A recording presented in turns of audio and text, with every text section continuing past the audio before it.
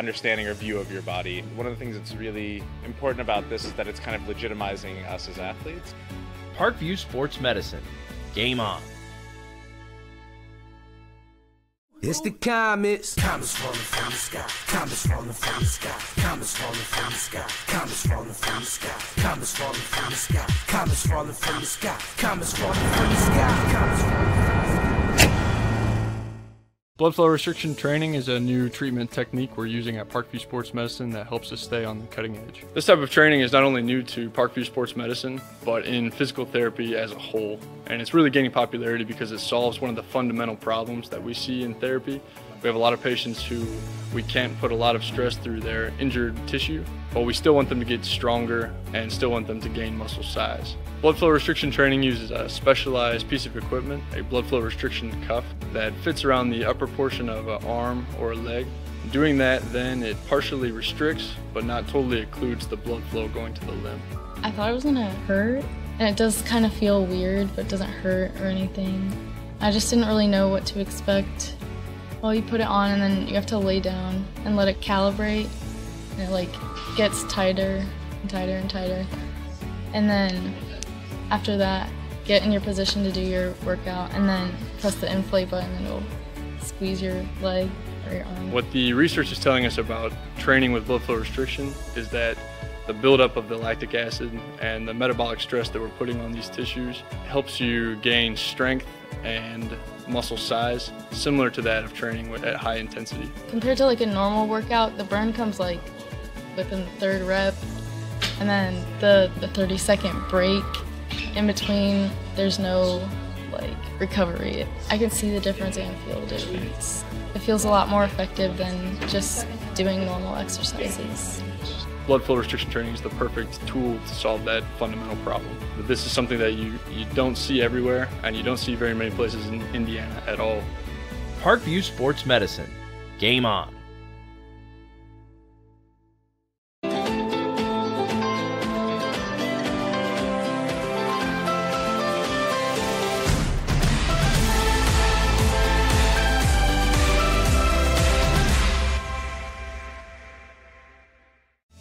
Parkview Sports Medicine is an integrated sports medicine team. I mean, I always had my family behind me, I always had my team behind me, but to have staff that wanted the best for me and to get me feeling better the quickest was really reassuring. Parkview Sports Medicine. Game on. The Kelly Automotive Group is simple, transparent, reliable. Simple. Our customer specialists make buying a car easy and fun. Transparent. Our price listed is the best price. No hassle, no gimmicks. Reliable. Buy with confidence and peace of mind. We work hard to ensure the best value however you shop. Choose from over 60 vehicles under $10,000. Visit drivekelly.com. The Kelly Automotive Group. Simple, transparent, reliable. Parkview Sports Medicine is an integrated sports medicine team. We're treating injuries when and where they happen and working to prevent them before they do. We believe the best care is coordinated care, helping ensure you get the individualized services you need every step of the way, offering innovative treatment techniques to get you or the athlete you love back in play. Reaching higher, pushing further. Parkview Sports Medicine. Game on. Get mad about blue. Get mad about your Fort Wayne Mad Ants. When looking for the best basketball action in town, it's the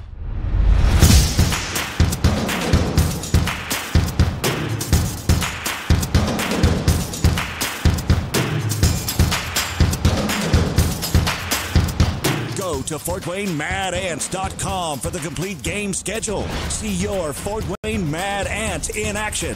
Get mad about blue.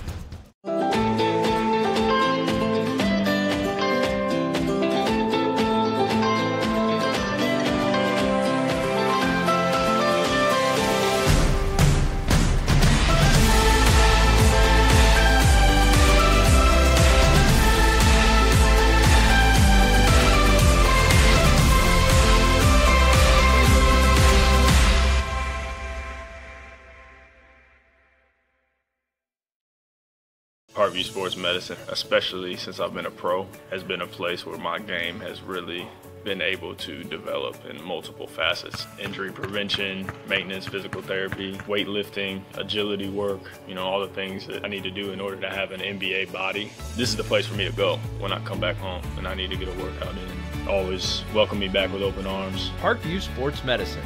Game on. Both runners are running, play coming home. From the crucial plays to the highlight of the game to the victory celebration, we are there. Summit City Sports isn't just a business, it's a group of companies investing in the youth of Fort Wayne athletics. It's because of Parkview Sports Medicine, because of Kelly Automotive Group, Indiana Wesleyan University, and Big Eye Fish, that we can produce our broadcast viewed by hundreds of thousands in Northeast Indiana and beyond. Support Summit City Sports. Become a sponsor. Join our winning team. From Archer Field at Southside High School, welcome to the opening night of the 2018 high school football season in Fort Wayne, Indiana.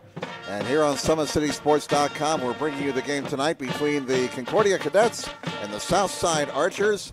Jim Measle here, along with our producer, director, cameraman Sean Boswell. Hopefully the weather will cooperate with us here tonight. We can get this game in.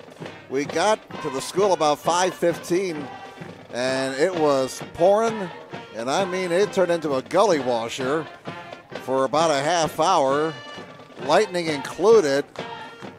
Along the south side of the field there was standing water. Finally the rain stopped about 5:45. No rain right now. And we're keeping our fingers crossed the weather stays away. One gentleman just twittered from West Noble High School in Ligonier that the skies were clearing. That's a good sign. So keep your fingers crossed the weatherman will cooperate with us for the rest of the night. It is rather humid right now. Temperatures in the upper 70s. Humidity is at 82%. So a typical opening night for weather here as the Concordia Cadets take on the Southside Archers. And as these two teams start a new season, the Cadets will be looking for their third straight winning campaign. And now, ladies and gentlemen, our national anthem.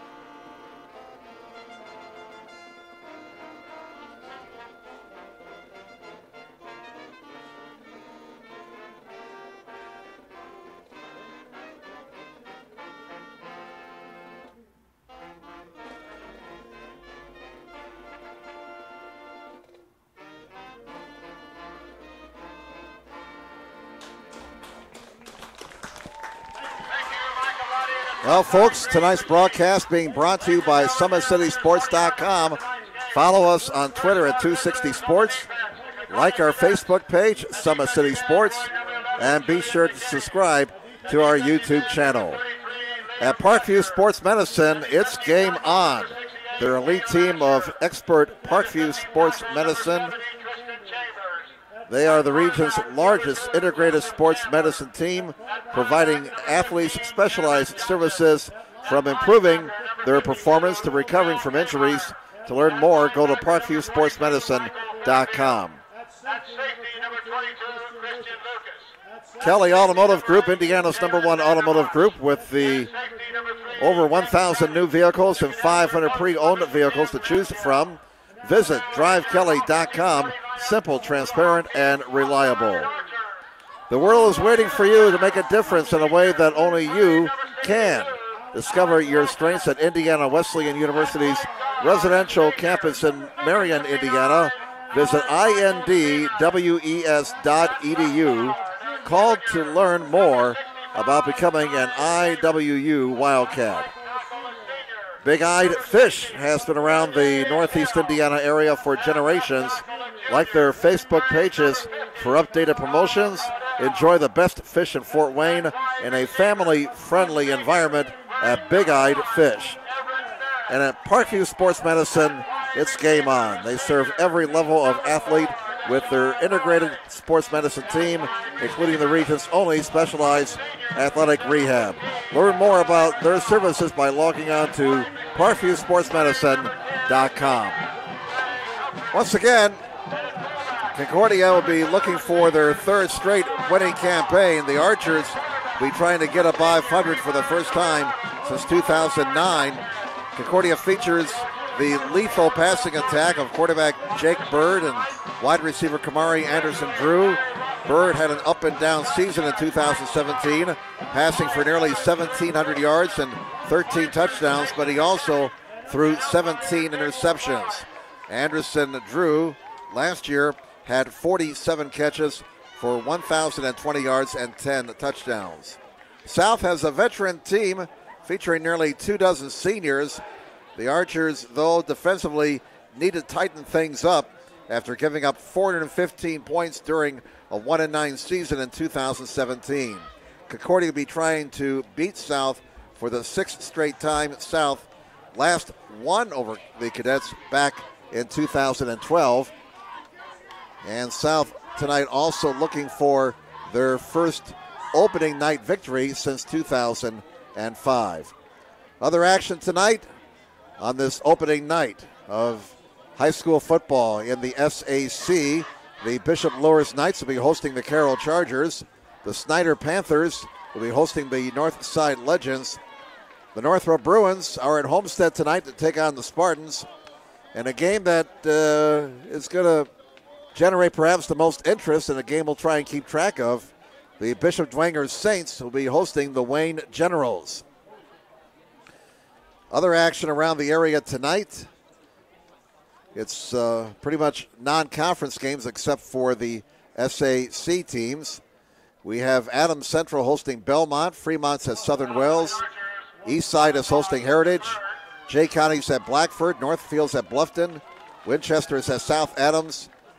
Woodland, after coming so close to winning a state championship last November, they're opening their season at Leal. DeKalb is at Angola. And what a season the Hornets had last year before they ran into Dwenger in the regionals. It's Huntington North at Marion. New Haven plays at Riley. Norwell's at Eastbrook. Also East Noble hosting Plymouth. Warsaw's at Columbia City. Central Noble's at West Noble. Cherubusco plays at Whitco. And Prairie Heights will be at Garrett. If we get a chance later on, several Fort Wayne area schools mentioned in the preseason rankings by the Associated Press. If we get a chance, we'll recap those preseason rankings. Southside will kick off and defend the goal to our right. Concordia will receive and defend to our left.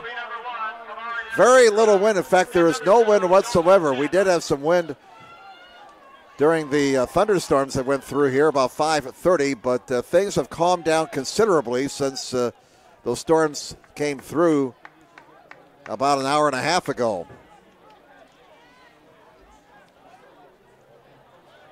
Glad you're with us tonight. Hope you enjoy the action on SummitCitySports.com. This is the place to be every Friday night for all the high school football action around the Summit City.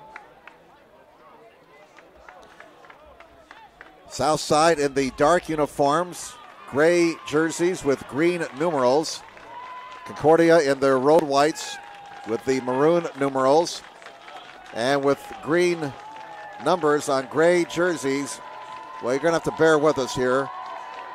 We may have to rely on the public address announcer at times to get the Southside players identified. We are set to go. And the 2018 season is underway. As to the far side, inside the 10, is that going to get out of bounds? It does, barely at the pylon. Flag comes in. And so Concordia will have the option of taking the ball at the 35 or making Southside kick it off again. Well, we saw this deal at Carroll last year. That play that became a viral at the end of the Wayne Carroll game. And it looks like Concordia will take the ball at their own 35-yard line. We'll set up the offense for Concordia. Their quarterback is Jake Bird, 6'3", 190 senior. Amir Drew is the lone running back. He's a 5'8", 180 sophomore. They'll go with 4 receivers. Kamari Anderson Drew, he's number 1. 6'2", 175 senior. The other receivers will be Tyler Grossman, a 6', 175 sophomore, and Jalen Vanderbosch, 6'1", 170 junior, transfer from Carroll. And Bird lines them up in the shotgun. As we mentioned, 4 receivers, 2 on each side. We'll give you the offensive line here in a moment. And on the first play from scrimmage, they will run it off the left side. And it's Drew, Amir Drew, with a nice carry of about 9 yards, close to a first down.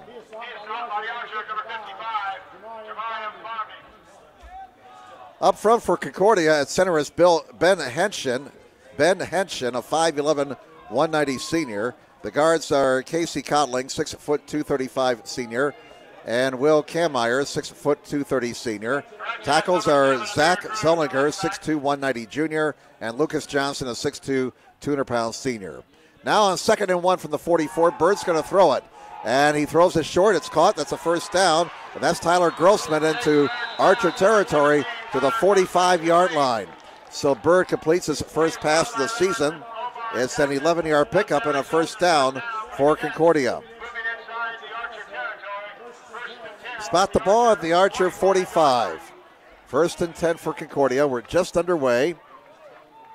And we're keeping the fingers crossed. The weather will cooperate with us now for the next 2.5 hours or so. We can get this game in without any weather-related issues. Well, I tell you what, at 5:30 it didn't look too good. There was lightning, there was heavy rain, but things are considerably calmer. Bit of a mix-up there on the option. Bird breaks a couple of tackles and picks up 8 yards. Bird called his own number on that play and picked up 8 yards out to the 37-yard line.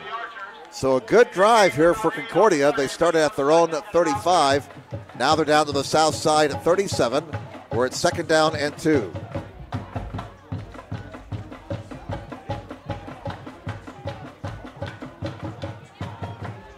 Line the gain is the 35. 2nd down and 2. 2 receivers on each side. They threw on 2nd and 1 a few moments ago. Let's see if they'll throw again here on 2nd and 2.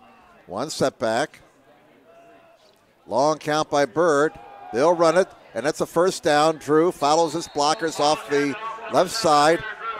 Picks up about 6 yards to the 31-yard line. So move the sticks again. First down, Concordia.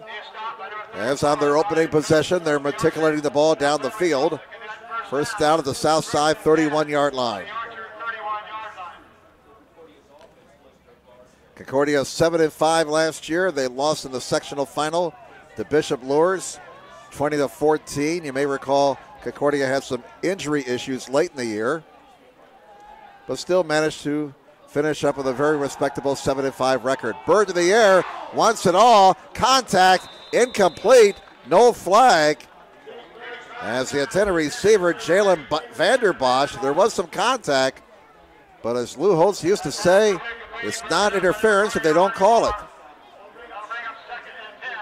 So 2nd down and 10 now for Concordia at the south side at 31-yard line. That stops the clock with 9:31 to go in the first quarter. No score. Jim Measle here, along with our cameraman, producer Sean Boswell. 2nd down and 10. 3 receivers on this side, 1 to the left. Ball's at the south side, 31-yard line.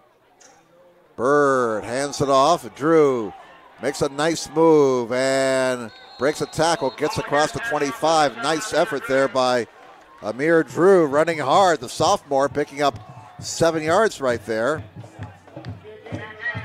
And that'll bring up 3rd down and 3 at the Archer 24-yard line. So here's a big play for the Archer defense, trying to find a way to stop this Concordia offense. Cadets have driven the ball from their own 35 down to the Archer 24. 3 receivers to this side. Line the gain is to 21 on 3rd and 3. They'll run it. Up the middle, first down, Drew. With a couple of yards to spare. He needed 3 and he got 5. And so Concordia moves into the red zone for the first time tonight. Darius Talley made the tackle for the Archers, number 54, 6'2", 265 senior. So Drew, 21 yards on 3 carries. That's 3 first downs for Concordia on this possession. 1st and 10 at the Archer 19-yard line. This Concordia offense looking very good on their opening possession. Bird on first down to throw. He wants it all here on the near side. And he overthrows his intended receiver, Kamari Anderson-Drew. And that's the guy you have to guard if you're Southside's defense. Number 1, Kamari Anderson-Drew. Bird's pass a little bit too far for Anderson-Drew, so that brings up 2nd down and 10 at the Archer 19-yard line. That stops the clock with 8:44 to go in the first quarter. No score. Concordia has had the ball since the opening kickoff. 2nd and 10 from the 19. 2 receivers on each side. Man in motion is Vanden Bosch. Now Bird sets up a screen, and the pass not there for Drew. So perhaps for the first time in this drive, not a smooth play for Concordia. They try to set up the screen, but Bird's pass was not accurate. Now they face 3rd and 10. Obviously, they're in 4-down territory here inside the 20-yard line. 3rd and 10. Let's see if Southside's defense can dig in and get a stop here in the red zone. 8:41 to go first quarter. No score. Just underway here at Archer Field. Now 3 receivers to the near side. 1 to the left. Line the gain is the 9. Drew the lone setback. Bird has time. And it's dropped. And that would have been a touchdown if Grossman had hung onto the ball. Well, we were talking up here in the press box. Following all the rain we had before the game, that ball may be hard to catch tonight on that wet turf. And that one slipped through Grossman's hands. Now, 4th and 10 for Concordia. And obviously here, since they're inside the south side 20, they will go for it. Once again, the line, the gain is the 9. Do you rush the quarterback if you're south side? Do you peel back defensively? 2 receivers on each side. Bird's got time. He's scrambling now. And now he waves his man downfield, throws into the end zone, and it's caught. Give that man 6 points. Touchdown, Cadets. Jalen Vanden Bosch. The transfer from Carroll. A 19-yard touchdown pass with 7:57 to go in the first quarter. Bird to Vanden Bosch. Boy, they got some receivers, don't they, this year? Bird did a nice job there buying time to get open. You can see he was directing traffic as he was scrambling. And he threw a strike to Vanden Bosch for the score. Now the extra point attempt by Mason Kaczynski. And it is up, it is good. So we have a timeout of the field. 7:57 to go in the first quarter. It's Concordia 7 and Southside nothing. We'll come back with more in just a moment.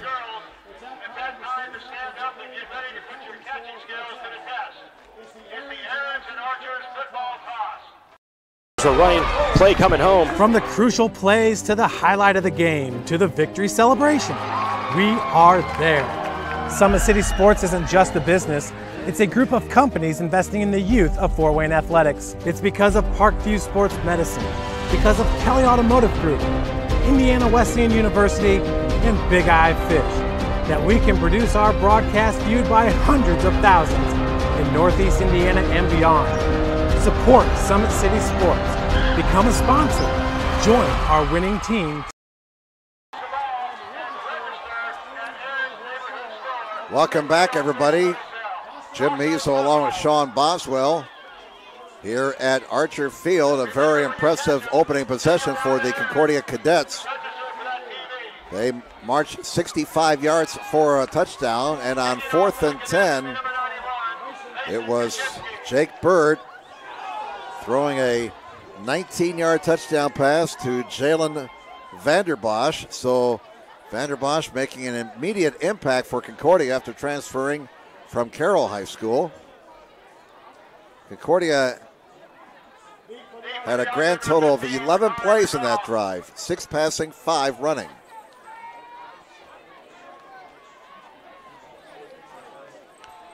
Kaczynski will be kicking off.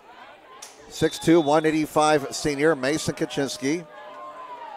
Concordia on top, 7-0. There's the boot to the far side. And it stays in bounds and goes into the end zone and out. That's going to be a touchback. And so Southside will start 1st and 10 at their own 20-yard line. Omar Jackson will be the starting quarterback for the Archers. He's a 5'11", 165 senior. And expected to start in the backfield will be Greg Humphrey, a 5'5", 135 senior. Deshard Dunbar, a 5'11", 190 senior. The receivers are Bacon McGraw, 5'9", 155 senior. Deshaun Boyd, a 6'2", 175 senior. And Boyd can flat out fly. He is an outstanding track star for Southside. Also a wide receiver, Everett Merle, a 6'2", 176 senior. We'll give the offensive line here after this play. First down for the Archers on their own 20. Their first play from scrimmage after that long drive by the Cadets. They try and end around, and the results are not good for the Archers. As the ball carrier was McGraw, and he was brought down perhaps for a 1-yard loss. On the offensive line for the Archers, Alex Lopez starting at center. 6'1", 195 senior. The guards are Alan Stemmen, 6'1", 230 senior, and Manny Knight, 6', 205 junior. The tackles, Kyle Caudle, 6'3", 195 junior, and Quadras Hill, a 6'1", 260 senior. On 2nd and 11, they'll keep it on the ground, and not a whole lot there. Maybe a yard. It'll be 3rd down and 11, or 3rd down and 10 for Southside at the 20-yard line. As Dunbar was the ball carrier there. And now we have an official timeout. Looks like they're going to spot the ball at the 21. So give them 2 yards in that play. 3rd down and 9 for the Archers. 7:01 to go in the first quarter. Concordia on top, 7-0. Concordia marching 65 yards on their opening possession, an 11-play drive. And on 4th and 10, a 19-yard touchdown pass from Bird to Vanderbosch. Now 3rd and 9 for Southside at their own 21. Line the gain is the 30 for the Archers. Let's see if Jackson puts the ball up here. Nope, they'll run it off the right side and slipping a couple of tackles and fumbling the ball now. It's loose and Concordia has the football.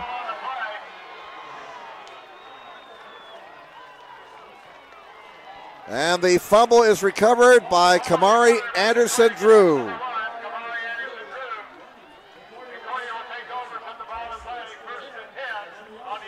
Well, the Archers had the first down, but someone got in there, stripped the ball, and Anderson-Drew with a fumble recovery, and Concordia gets a short field for their second possession.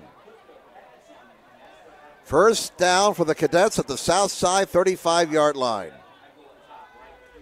3 receivers to the left, 1 to the near side. Concordia already leading 7-0, looking for more, and Bird's passes batted down at the line of scrimmage, incomplete. And it looked like it was number 54, Darius Talley, who got his hand up there and batted down that pass. Bird is 2 of 7 for 30 yards and a touchdown so far. Second down and 10 for Concordia. The ball's at the south side 35. Cadets on top 7-0. 6:43 to go in the first quarter. South side with a fumble at their own 35. Concordia trying to cash in. The 3 receivers to the left. Option look. It's Drew. Drew's got a block. He's got the corner. He's close to the first down. Breaks a tackle. Still on his feet. Oh, what an effort by Drew. My goodness. That was some hard running right there by Amir Drew. And he is showing folks here in this opening quarter that he's going to be something to reckon with on this Concordia offense, which has looked very good so far. That's a 17-yard carry for Drew. First down number 5 for Concordia. The ball is spotted at the south side 18-yard line. Drew, 4 carries for 38 yards, and he has really run the ball hard here in this opening quarter. He's only a sophomore, and we have movement. Penalty flag comes in. 6:35 to go in the first quarter. Concordia on top, 7-0, looking for more. Offside, whistled against Southside. So they'll make it 1st and 5 now for the Cadets at the Archers' 13-yard line. Glad you're with us tonight here on SummitCitySports.com for our live streaming of the action from Archer Field. 3 receivers to the near side, 1 to the left, 1 setback on 1st and 5 from the 13. Bird comes to this side, and he throws, and he overthrows his intended receiver. Kamari Anderson-Drew might have had a chance to catch the ball if this was Canadian football, but that was a good 5 yards out of bounds. And Bird was under pressure, so that may have been a situation where it was best to just throw the ball away. It's 2nd and 5 at the 13-yard line. 7-0 Concordia, 6:28 to go here in the opening quarter. Week number 1. A somewhat soggy start to the season, but it's dry right now. It rained pretty good about an hour and a half before game time. It's Drew. Look at that hole. Great job by the offensive line for Concordia, opening up a huge hole off the left side. And Drew gets it down to about the 5-yard line. Let's give him 8 yards there. First down number 6 for Concordia. And it's now 1st and goal for the Cadets at the 5-yard line. Concordia on their opening possession marched to 65 yards in 11 plays. And on their second possession, they got a short field following the south side fumble. This drive started at the Archer 35, and Concordia is looking to go up 2 touchdowns now. They spread them out, 3 receivers on this side, 1 on the left. From the 5, 1st and goal. Drew up the middle, he squirts through, and give that man 6 points. Touchdown, Concordia Cadets. Amir Drew.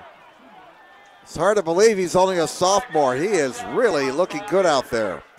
51 yards on 6 carries now for Drew. 5:52 to go in the first quarter.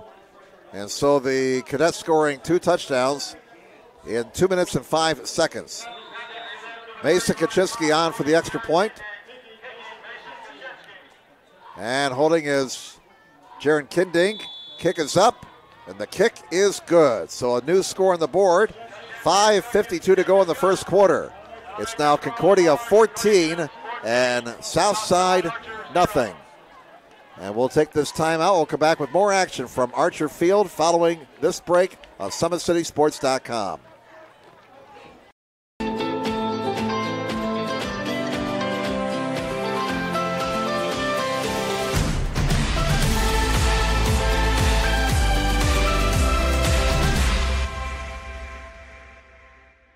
This is the first time I've been able to do this kind of more complete understanding or view of your body. One of the things that's really important about this is that it's kind of legitimizing us as athletes. Parkview Sports Medicine. Game on. The Kelly Automotive Group is simple, transparent, reliable. Simple. Our customer specialists make buying a car easy and fun. Transparent. Our price listed is the best price. No hassle, no gimmicks. Reliable. Buy with confidence and peace of mind. We work hard to ensure the best value however you shop. Choose from over 60 vehicles under $10,000. Visit drivekelly.com. The Kelly Welcome back, everybody, to Archer Field. Jim Meso along with Sean Boswell. 5:52 to go in the first quarter. It's been all Concordia. They lead 14-0, and that kickoff will go into the end zone for a touchback. Southside again will start at their own 20-yard line. The field, for the most part, has held up well following the drenching rain that fell during the 5 o'clock hour. I mean, it poured for about, I'd say, a good half hour or so. Had some lightning flashes around 5:30. Saw a pretty good one down not too far away from us to the south. But again, it's dry now. Calm conditions at Archer Field. And we're playing football on August 17th, 2018. Opening night of the 2018 season. Option look. And it's stuffed by the Concordia defense.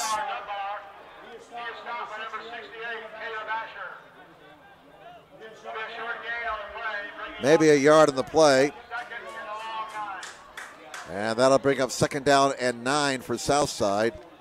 And again, folks, with green numbers on gray jerseys, we apologize if we don't call a player, but it's extremely difficult to pick out those numbers now, especially as the light starts to get away. Jackson fakes the pitch. And that's going to be a loss. Back to the 17-yard line.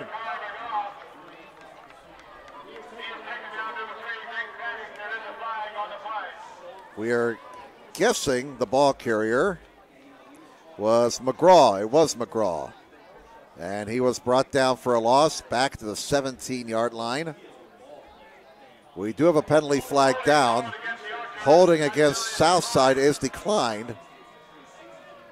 And so now the Archers will be facing 3rd and long here. 3rd and 13 from the 17. Line the gain is the 30.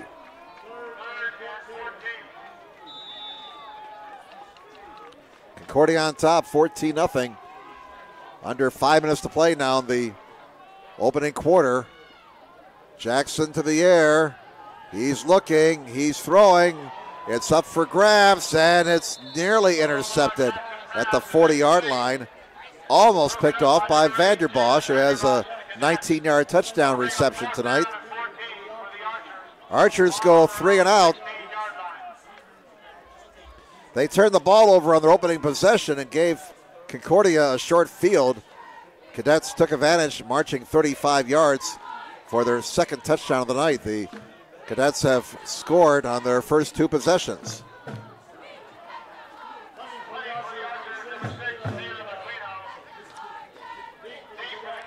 Caleb Aquino, 6'1", 170 senior, is in punt formation.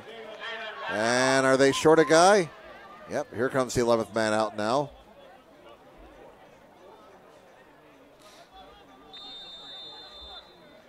Concordia should get decent field position here. Now a penalty flag comes in. Did they take too much time? Yep, delay of game against Southside. That'll push them back 5 yards. That's their 2nd penalty for 10 yards. 4:46 to go in the first quarter. So the ball will be spotted at the 11. And unless something wacky happens here, the Cadets will get another short field. Aquino ready to kick it away. High snap. Gets it out of there. High short kick. And it's going to bounce around the 30-yard line, go towards the Cadets sideline, and squirts out of bounds around the 28. So it's another short field for the Cadets. They take over at their own 28-yard line, 1st and 10. It's all Concordia right now.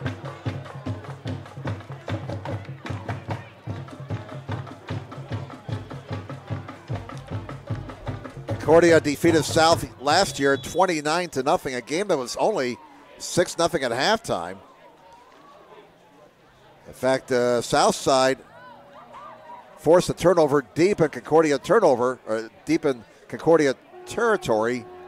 in the first half, but could not take advantage. And The Cadets went on to the 29-0 victory. Bird's pass is caught at the 25 and out of bounds around the 20-yard line. That is Jaden Pardon. He's a junior, 5'7", 160 pounds, and they're going to mark him just short of the first down at the 20. So give him 8 yards on that play. Ball is spotted at the south side 20-yard line. 2nd down and 2. 4.5 minutes to go in the opening quarter. Concordia leading 14-0. They're going for more. 3 receivers to the left, 1 to the near side. Play clock is at 7. Bird, option look, keeps it. Oh, what a move by Bird. Now he pitches it back to Drew, and Drew has a first down. My goodness, what a move there by Bird. He gave that defender a leg and said, psych, kept it, then pitched it to Drew, and a 5-yard gain for Drew. First down, Concordia. That's 7 first downs now for the Concordia Cadets, and they're in the red zone once again. Spot the ball at the south side 15-yard line. Clock is moving, coming down to 4 minutes to play in this opening quarter. Concordia has dominated and they lead 14-0. First down at the south side 15. And Bird on first down throws into the end zone. And he overthrows his intended receiver, Kamari Anderson Drew, by a good 5 yards there. Looked like they were not quite on the same page. So 2nd down and 10. Bird has thrown the ball 10 times. He's only completed 3 passes for 38 yards, but he does have a 19-yard touchdown pass, which came on a 4th down play. 2nd down and 10 for Concordia. The ball at the south side 15. 3:49 to go here in the opening quarter. Bird out of the shotgun on 2nd and 10. And that's the option. Drew cuts it back across the 10. Flag comes in. 2 flags come in. And Drew with a nice run, but it may be coming back. And this will be the first penalty against Concordia. Stops the clock with 3:42 to go in the first quarter. Holding the call against Concordia. 2 flags were thrown. So we will mark it off in the spot of infraction. Both of the flags were thrown between the 10 and 15-yard lines. So let's see where they're going to put this ball at. Looks like it's going to be beyond the 20-yard line. And they will put it down at the 22. So the point of infraction was the 12. First penalty of the night against Concordia. So instead of 3rd and a couple of yards, Concordia now facing 2nd down and 16.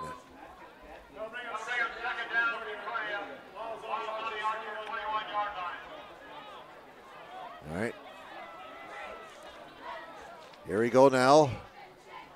2nd down and 16. Bird has time, has a wide open man. Kamari Anderson Drew. And they made it look easy. Touchdown. Give that man 6 points.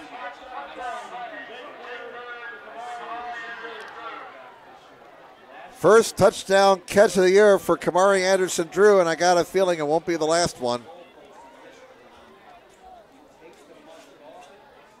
And Concordia, 3 possessions, 3 scores.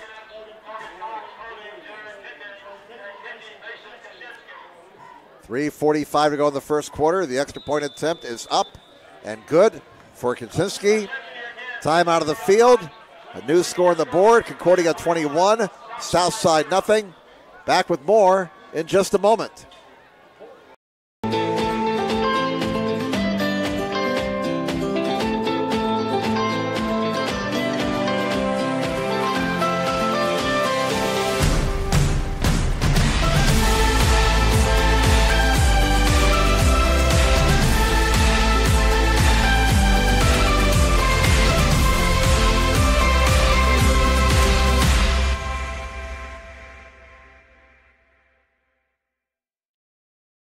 Parkview Sports Medicine, especially since I've been a pro, has been a place where my game has really been able to develop in multiple facets. Injury prevention, maintenance, physical therapy, weightlifting, agility work, all the things that I need to do in order to have an NBA body. This is the place for me to go when I come back home and I need to get a workout in. Always welcome me back with open arms. Parkview Sports Medicine. Game on.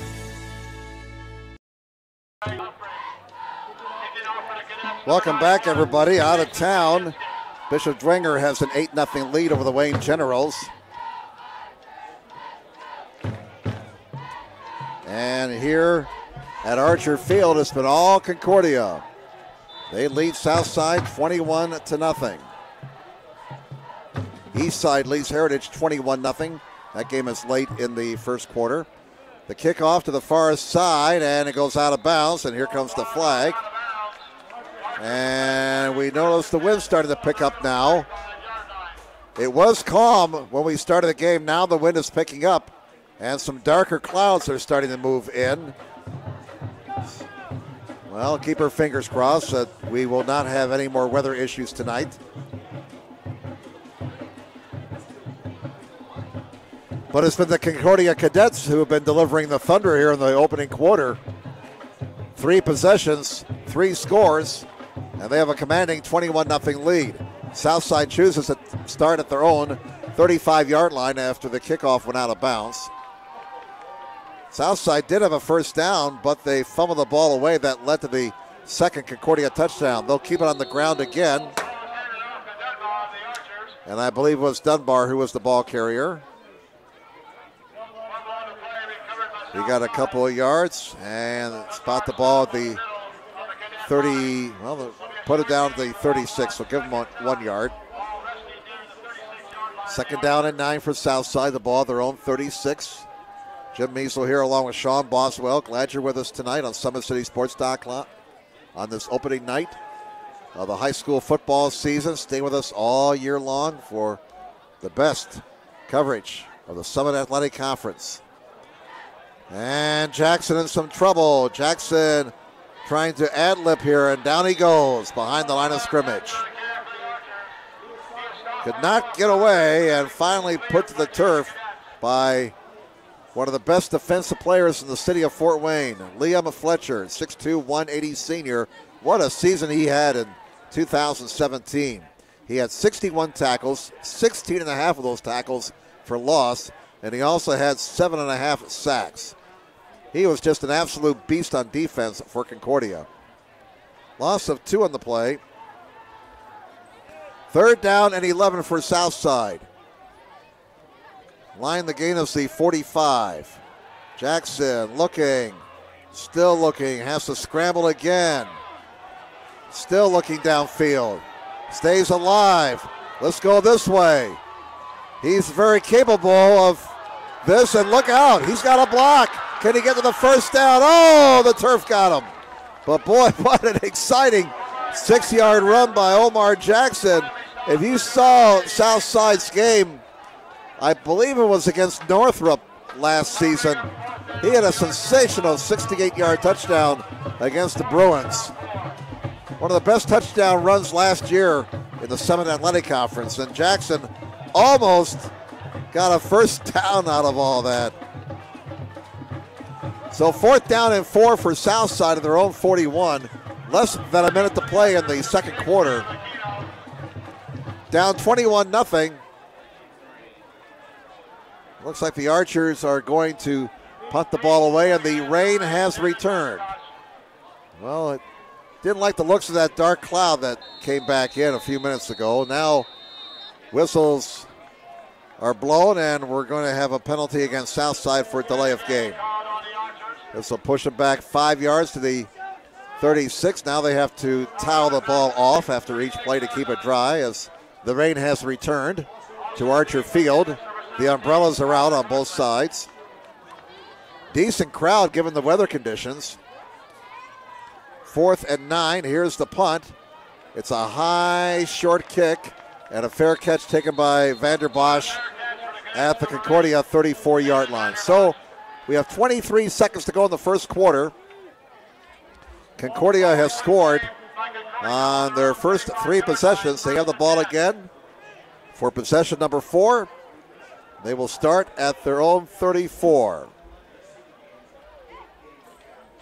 21-0. Concordia with the lead over at Southside. And this more than likely be the last play of the first quarter if they keep the ball on the ground. 2 receivers on each side. Out of the shotgun. And it looks like we got a new running back in there now for Concordia. We do. And busting through, that's Sam Hudson. Sam Hudson, he's a sophomore. 5'10", 165. And Hudson on his first carry of the night picks up 12 yards. First down, Concordia.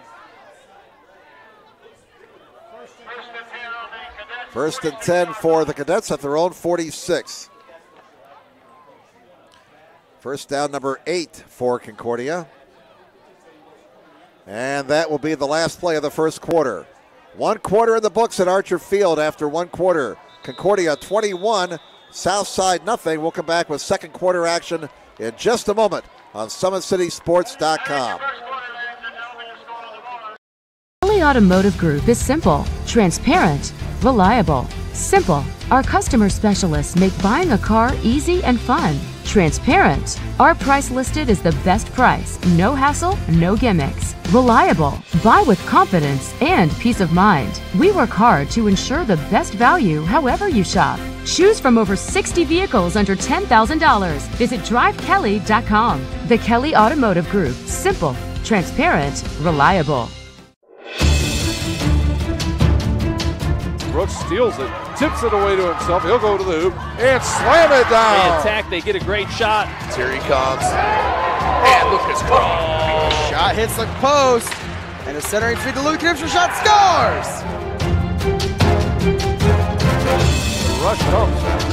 Oh, almost picked off by Ethan Hoover. And the takedown.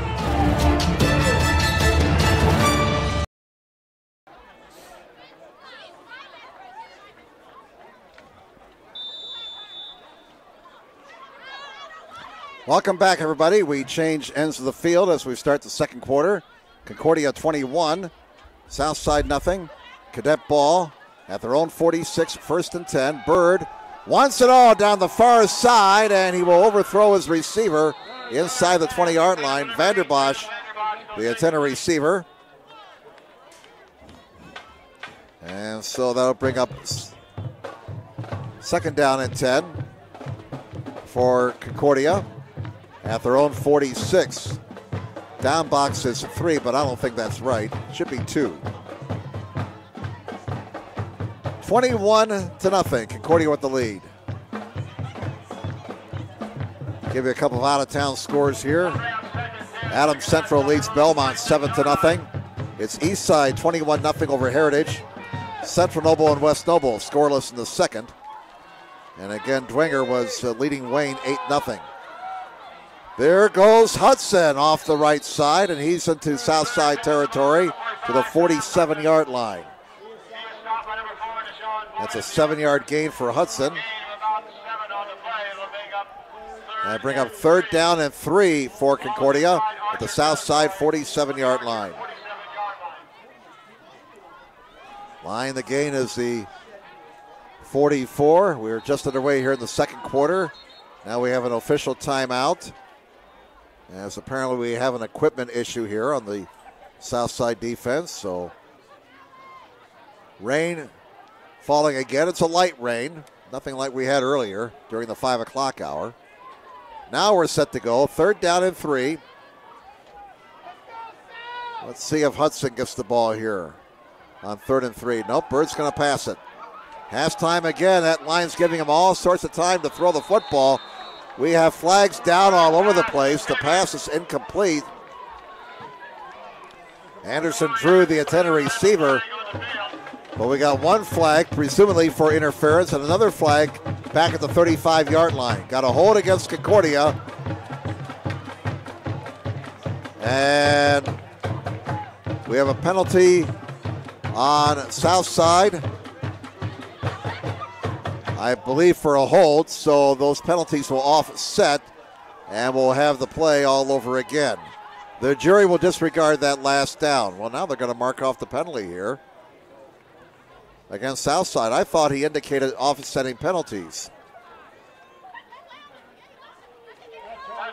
Defensive holding against Southside, and that's going to be a first down for Concordia. Apparently he pointed the wrong way when he indicated the holding penalty. At first he said Concordia, and it was really against Southside. So bottom line, first down for the Cadets, and there goes Hudson, breaking through down to the 10-yard line.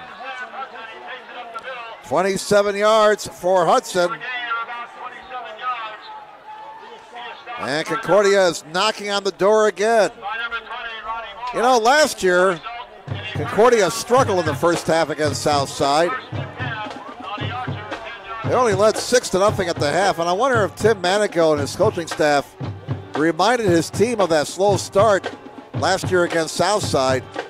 Probably drilled into his players' heads this week. Fellas, we got to get off to a better first half than we did last year. Last year we were not good in the first half against the Archers and let them hang around too long. Incomplete pass in the back of the end zone intended for Kinding. So that brings up second down and 10 now for Concordia at the 10-yard line. Second and goal, I should say. The ball is at the 10, so they cannot get a first down. 10:24 to go in the first half. 21-0 Concordia, as the score would indicate. It's been all Concordia. Bird has 2 touchdown passes tonight. Drew has run for another. Second and goal from the 10. Hudson now the running back for Concordia. And Bird's going to the air. Scrambles. He's got running room. Looking for the pylon and give that man 6 points. Touchdown Concordia. Bird scampers in from 10 yards out.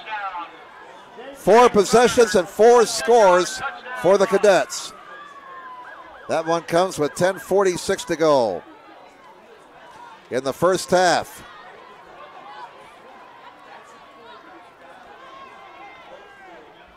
Kaczynski to try the extra point. Trying to make it 4 out of 4 on PATs tonight. Jaron Kindig is holding for Concordia. Waiting for the snap, kicking to the goalpost to our left. And the kick is good. Kaczynski is 4 out of 4. Time out of the field, new score on the board. It's all Concordia. Cadets 28, Southside nothing. Back with more in just a moment on SummitCitySports.com. A running play coming home. From the crucial plays to the highlight of the game to the victory celebration, we are there. Summit City Sports isn't just a business. It's a group of companies investing in the youth of Fort Wayne athletics. It's because of Parkview Sports Medicine, because of Kelly Automotive Group, Indiana Wesleyan University, and Big Eye Fish, that we can produce our broadcast viewed by hundreds of thousands in Northeast Indiana and beyond. Support Summit City Sports. Become a sponsor. Join our winning team today.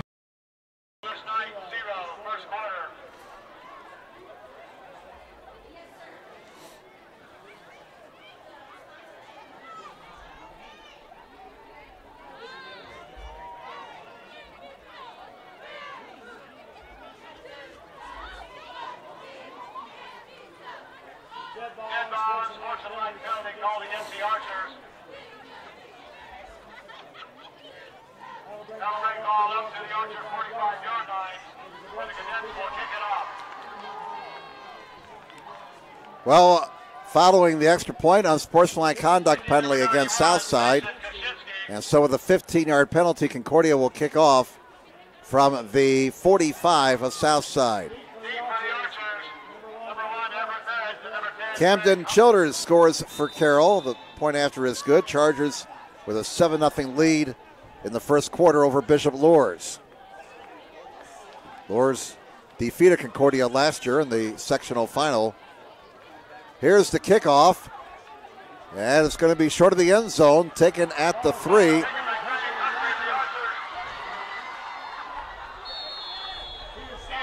And up to about the 18-yard line. We're trying to get a number here. Really tough.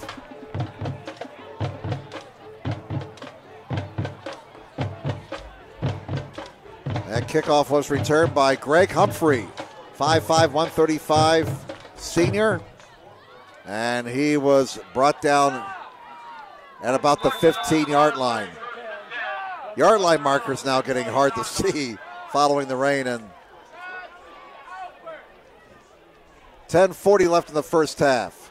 28-0 Concordia leading Southside. Archers with the football.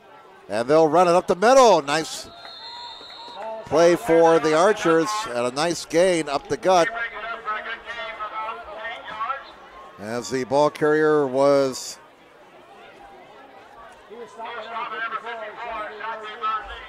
get a number again here. That was Dunbar carrying the ball. Deshard Dunbar, 5'11", 190. He's a senior. And he got it out to about the 22-yard line, a gain of 7 on the play. So on 2nd and 3, Archers are not going to get the first down. Concordia defense stiffens.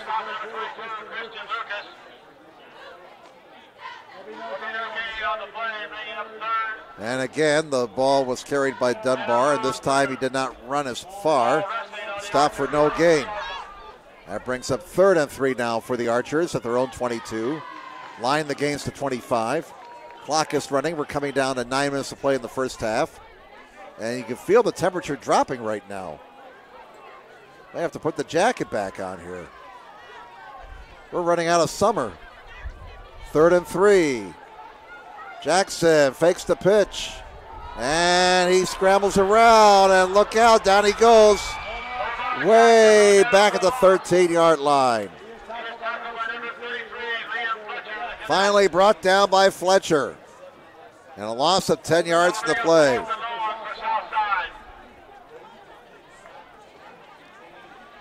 So 4th and long now for the Archers. 4th and 12. Back at their own 13-yard line. Aquino back in punt formation for the Archers. And again, Concordia will get a short field. Seemed like the entire first half has been played in Southside territory. Aquino's punt. Oh, towards this near side. Takes a bit of a Southside bounce, but it's going to roll dead at the 30. So Concordia gets the ball back. They have scored their first 4 possessions. And they have a 28-0 lead with 8:01 to go in the first half. Concordia won last year, 29-0. They won 2 years ago here at Archer Field, 40-7. It was the Cadets 55-6 back in 2015, 56-9 in 2014. A bit closer in 2013, Concordia winning 20-7. South last victory over Concordia 2012 when they beat the Cadets 40-18. And the wind has really picked up now. First down, Bird wants it all on the near side, incomplete over the head of his intended receiver. That was Brandon Davis, who's the backup quarterback. Jackson defending on the play, so that brings up 2nd down and 10 for Concordia with 7:54 to go here in the first half. Now we understand the Carroll game is tied at 7. Lourdes and Carroll tied at 7. That game is being played at Knights Field. Umbrellas are up. Rain falling here at Archer Field on 2nd and 10. Looks like a busted play. Bird has to keep the ball, and he got about a couple of yards. He now has 26 yards on 4 carries. Once again, we're glad you're with us tonight here on SummitCitySports.com.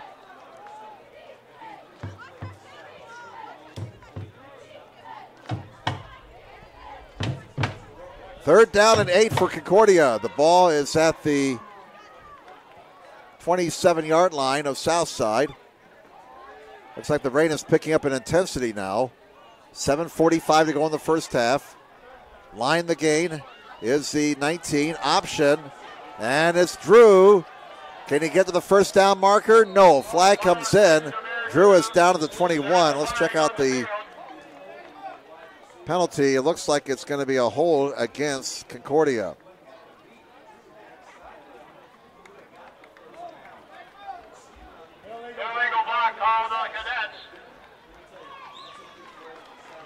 So Concordia marches back following the penalty. I'd like to thank Sally Groves and Robert Groves with a generous donation to SummitCitySports.com. And the donation being put towards video production. Again, if you want to donate, just go to SummitCitySports.com. So the 10-yard penalty, the third against Concordia for 30 yards. The ball is back at the south side 32. And now a whistle before the snap. And apparently somebody lined up offside for Concordia. So the Cadets shooting themselves in the foot all of a sudden here. 6:51 to go in the first half.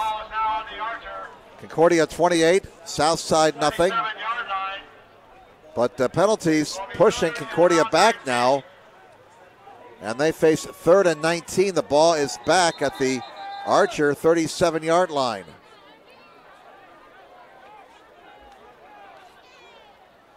Line the gain is the 19.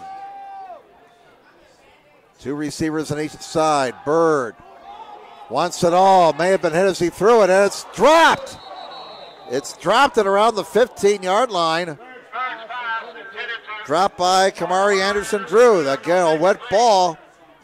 These receivers have to look the ball into their hands tonight and really concentrate. Wet ball. We got a wet field, a wet night. That makes it tough to catch it. You know, you can't score if you don't catch it. So 4th and 18 now. Let's see if the Southside defense can get a stop and get off the field. 6:35 to go in the first half. 28-0. Concordia has dominated, but they need 18 yards here to get a first down. It's a quick kick by Bird. We've seen him do this before. And a nice quick kick by the Concordia quarterback. It stops inside the 10, touched at the 7.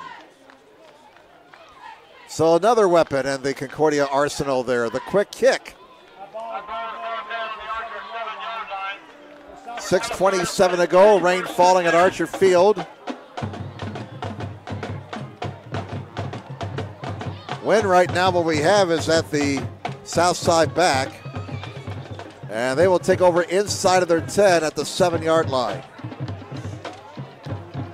So finally, the Southside defense gets a stop after Concordia scored in the first 4 possessions of the game. 6:27 to go in the first half. Southside deep in their own territory as they take over the football. Omar Jackson is at quarterback. And they'll hand it off and nothing doing. That play was stuffed by defensive tackle Tristan Chambers, who had 25 tackles last year for Concordia, 6'1", 285 as senior. Gain of a yard, maybe 2. Now let's call it 1 yard. 2nd down and 9 at the 8 for Southside. Both teams have all 3 of their timeouts left. We go under 6 minutes to play in the first half on a rainy night in the Summit City. 2nd down and 9 from the 8-yard line. Wings on each side for the Archers. Here's Jackson rolling to his right. He throws incomplete. That'll bring up 3rd down. Pass was intended for Everett Merritt, number 1, a 6'2", 176 senior. It's a veteran Southside team. Nearly 24 seniors on the roster. They're working hard trying to turn this thing around here at Southside. It's been a struggle for the football program in recent years. 3rd down and 9. Concordia's looked very impressive in this opening half, especially on offense, and this defense, which was stingy at times in 2017, picking up where they left off as we start 2018. And now whistles are blown before the snap. And it looks like another delay of game penalty against Southside. That's their third delay of game penalty. 4 penalties against Southside for 20 yards. Concordia has been penalized 4 times for 35 yards. 5:39 to go in the opening half.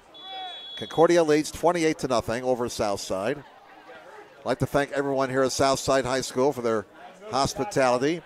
We are looking forward to halftime. Looks like we got a nice, I guess we call it a pitch-in, right? Got a nice pitch-in set up behind us. Boz is anticipating halftime with big eyes right now. Here's Jackson throwing, and it's going to be off the hands of Everett Merritt, incomplete. Defending on the play was Jed Enneking at corner, a 5'11", 160 senior. So 4th down. And the rain really picking up in intensity now here at Archer Field.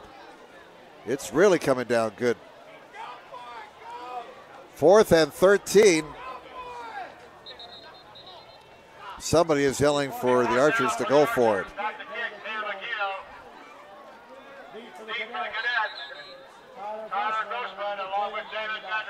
Aquino is in punt formation for the Archers. He is standing in the end zone.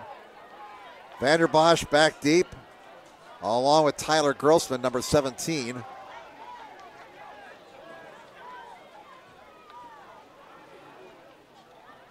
Well, Southside had 12 guys in the field. Can't do that. This is not Canada, so one guy gets off. Aquino's punt is away, and it's taken at the 35-yard line by Grossman. Grossman is going to be brought down at around the 30-yard line.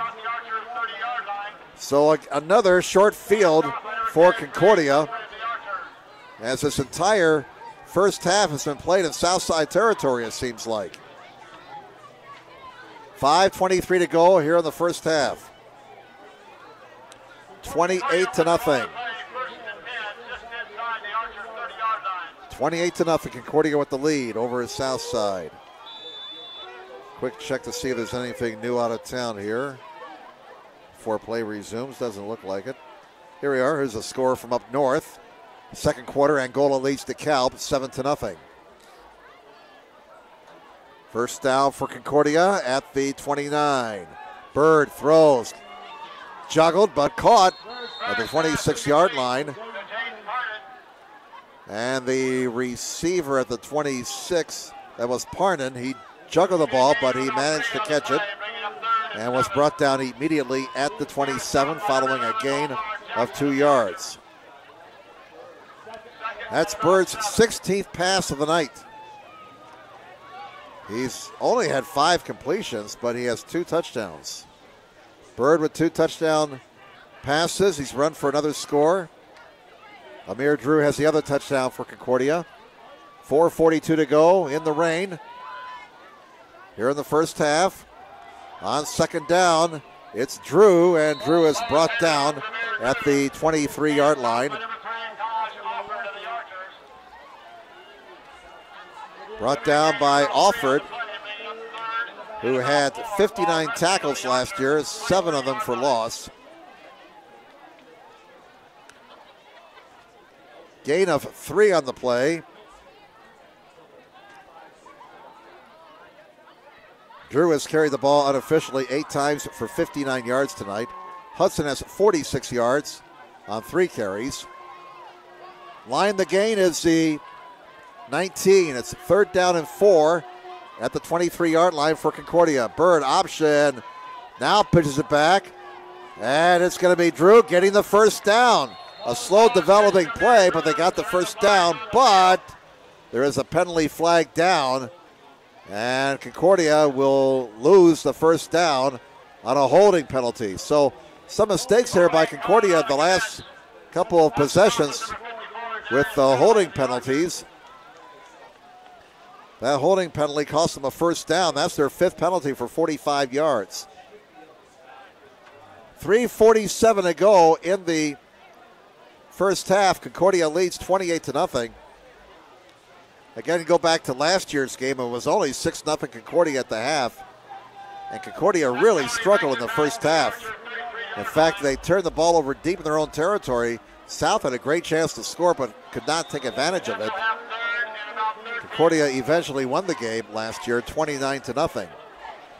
But a far different performance by Concordia this year, as they started real fast, scored in their first 4 possessions.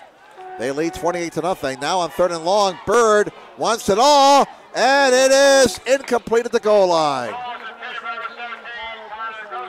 And the receiver went for a slip and slide afterwards in the end zone, as that pass was intended for Grossman. He got a hand on it, but cannot bring it in. So 4th down and 14, and that rain is really coming down right now.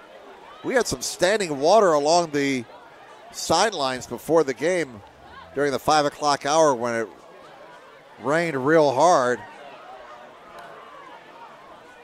It was about as wet here at Archer Field as it is at the Helen Brown Natatorium. On 4th and 14, Bird wants it all again. It's going to be caught for a touchdown. Kamari Anderson Drew. Give that man 6 points.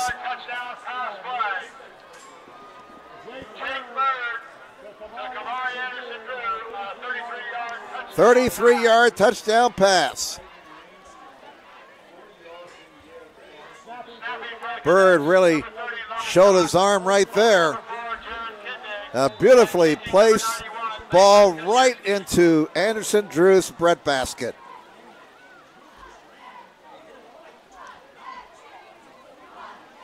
The extra point attempt is up and good, as Mason Kaczynski now 5 of 5 tonight in the PATs. New score on the board, 3:28 to go first half. It's Concordia 35 and Southside nothing. Back with more in just a moment on SummitCitySports.com. A running play coming home. From the crucial plays to the highlight of the game to the victory celebration, we are there. Summit City Sports isn't just a business. It's a group of companies investing in the youth of Fort Wayne athletics. It's because of Parkview Sports Medicine, because of Kelly Automotive Group, Indiana Wesleyan University, and Big Eye Fish, that we can produce our broadcast viewed by hundreds of thousands in Northeast Indiana and beyond. Support Summit City Sports. Become a sponsor. Join our winning team today. Raindrops keep falling on my head. Yeah, B.J. Thomas is nothing to worry about. We have 3:28 to go in the first half on this rainy night in Fort Wayne. I tell you, these fans who are out here, these are the true hardy fans. They came prepared to watch this game in foul weather. Now, this is John Madden weather right now. It's raining, it's muddy. I mean, there's real grass out here. There's no dome. I mean, this is how football should be played, you know. And Mason Kaczynski will kick it off. And there's the boot towards the far side. Stays in bounds. Oh, my. All the way back at the 10-yard line. The kick receiver for Southside. Brought down around the 10.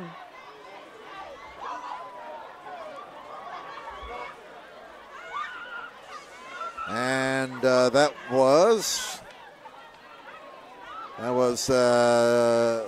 Swarzer, Teron Swarzer, who tried to make a play but was brought down. Looks like inside the 10 at the 8 is where they're going to mark it. Well, the Archers going to have to do a lot of regrouping at halftime. That's all there is to it.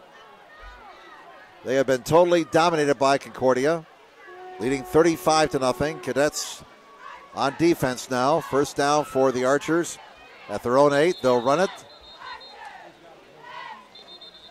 And gain of about a yard there.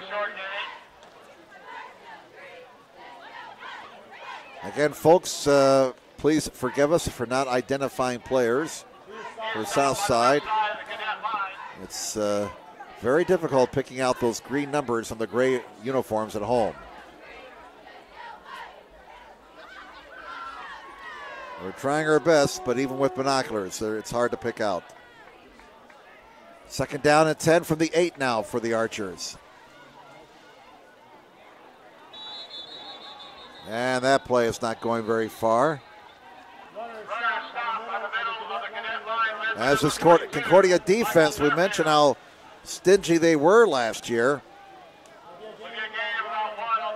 They have 3 shutouts. And in the last 4 games, they only allowed 26 points.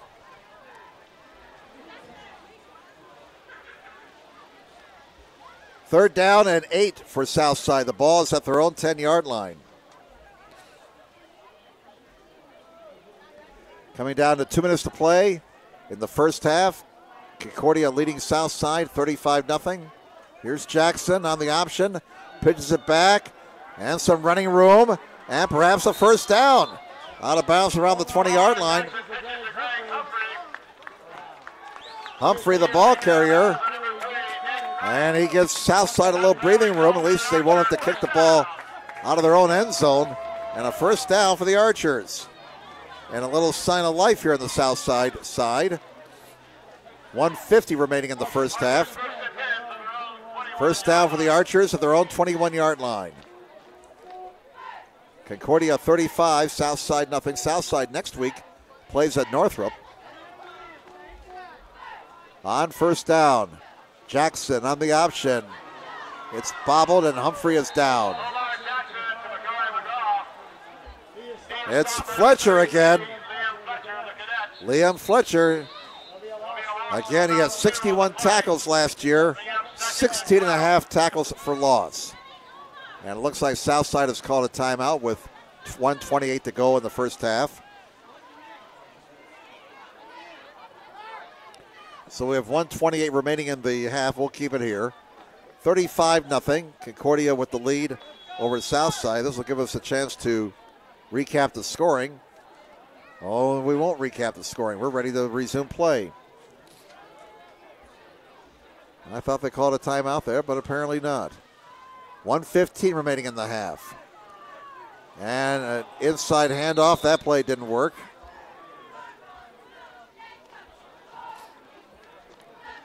And a loss of 2 in the play.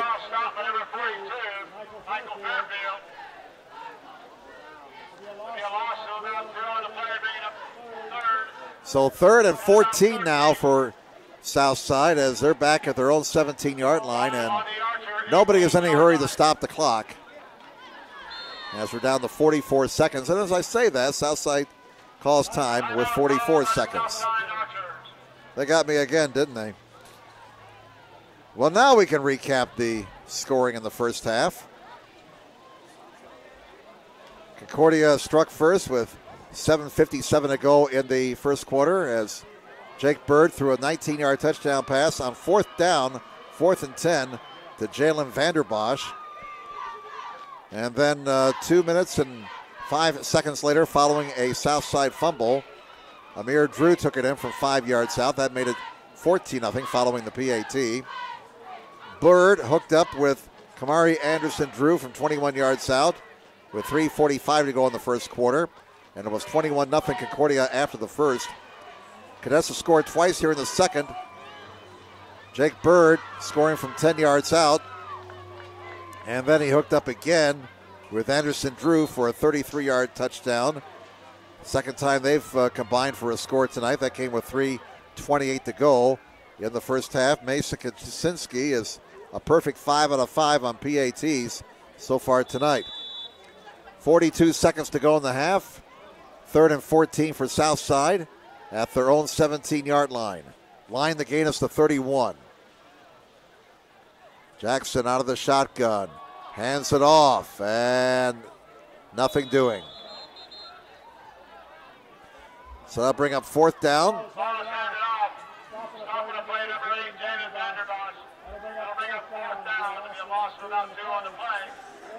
Let's see. We'll hit the way the clocks are synced here. Southside does not have to snap the ball. They got 15 on the game clock, 22 in the play clock, so there's no need to snap it. Just let the clock run out here, and the first half is going to come to an end. And the Concordia Cadets will take a 35-0 lead into the locker room here at halftime. 35-0 favor Concordia at the half over Southside. Parkview Sports Medicine continues to lead the way in Northeast Indiana.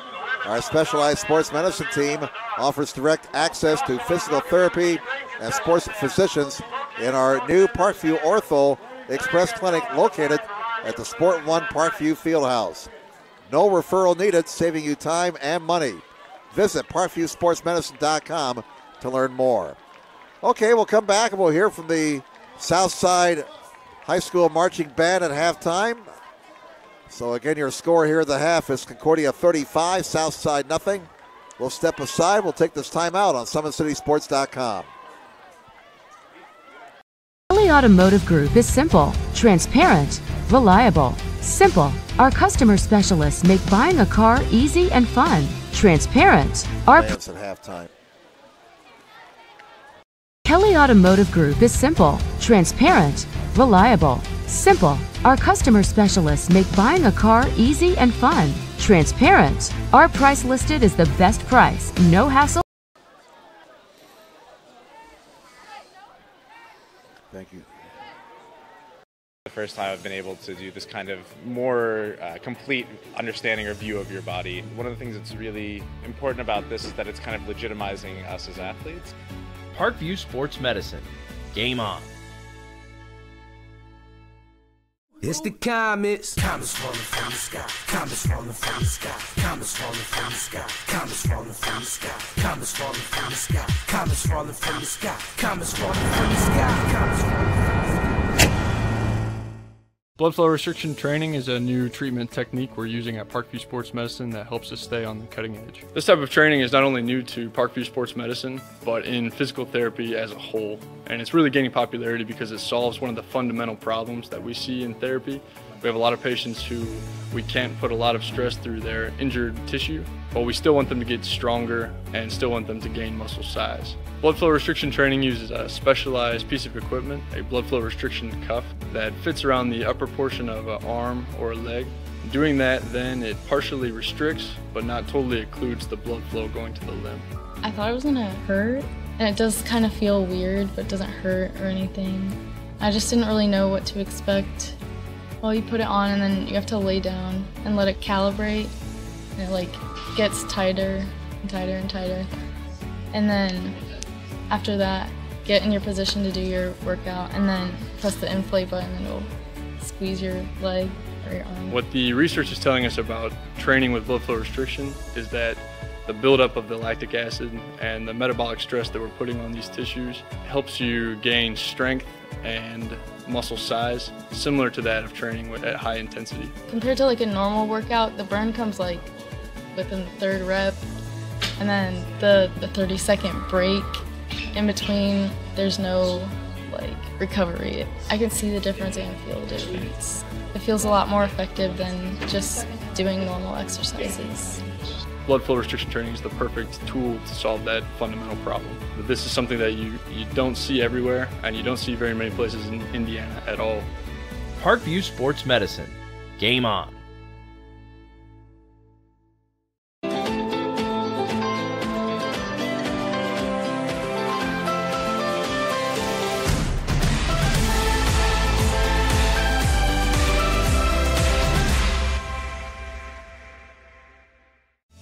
Parkview Sports Medicine is an integrated sports medicine team.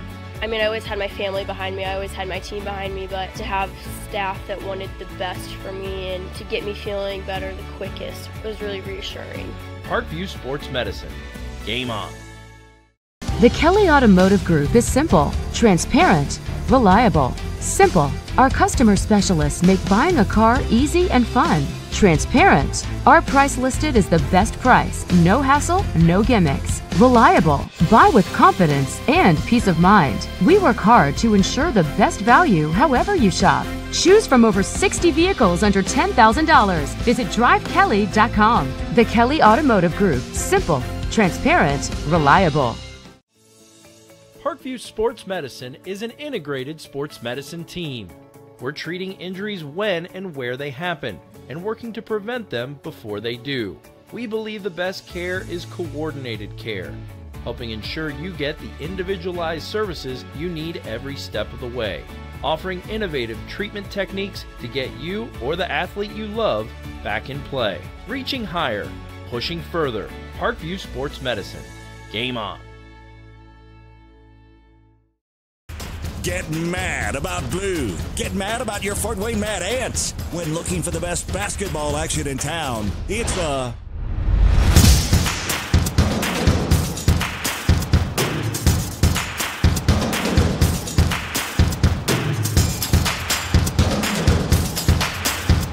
Go to FortWayneMadAnts.com for the complete game schedule. See your Fort Wayne Mad Ant in action. Get mad about blue.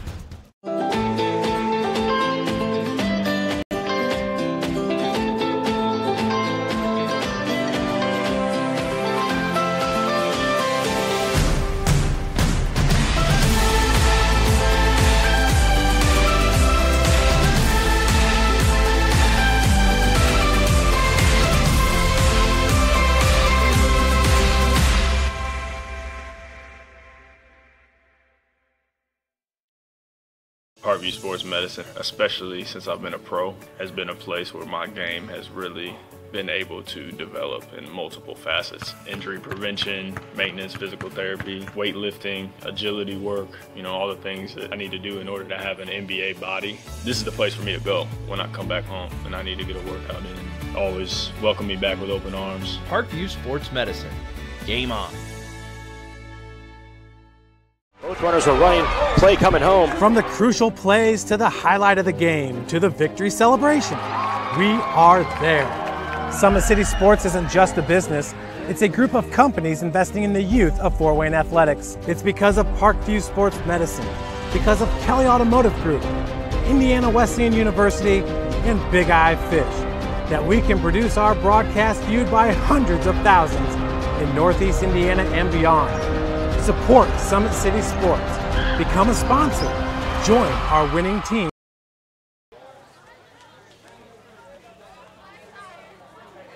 Kelly Automotive Group is simple, transparent, reliable. Simple. Our customer specialists make buying a car easy and fun. Transparent. Our price listed is the best price. No hassle, no gimmicks. Reliable. Buy with confidence and peace of mind. We work hard to ensure the best value however you shop. Choose from over 60 vehicles under $10,000. Visit drivekelly.com. The Kelly Automotive Group. Simple, transparent, reliable. Parkview Sports Medicine is an integrated sports medicine team. We're treating injuries when and where they happen and working to prevent them before they do. We believe the best care is coordinated care, helping ensure you get the individualized services you need every step of the way, offering innovative treatment techniques to get you or the athlete you love back in play. Reaching higher, pushing further. Parkview Sports Medicine. Game on.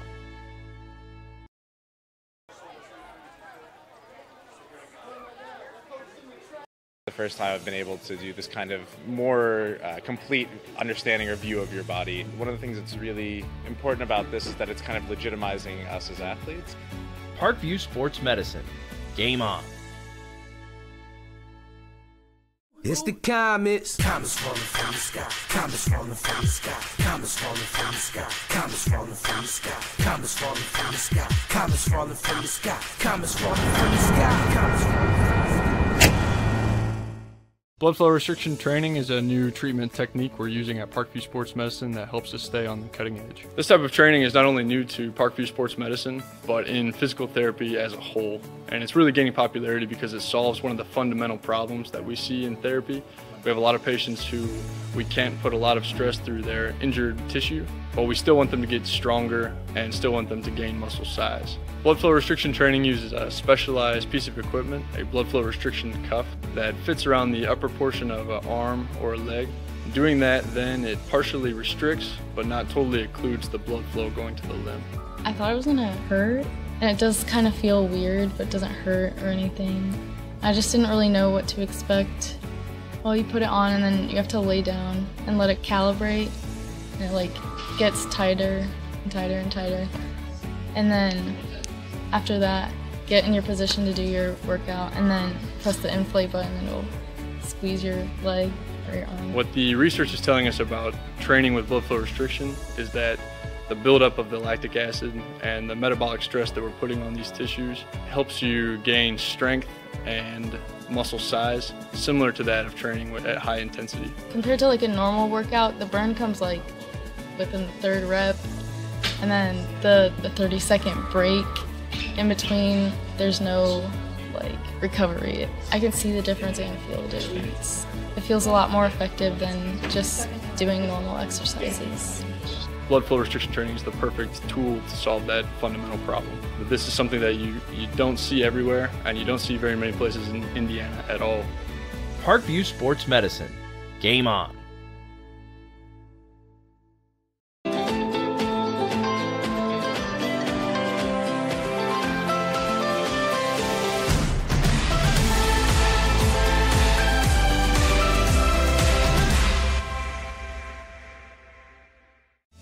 Parkview Sports Medicine is an integrated sports medicine team. I mean, I always had my family behind me, I always had my team behind me, but to have staff that wanted the best for me and to get me feeling better the quickest was really reassuring.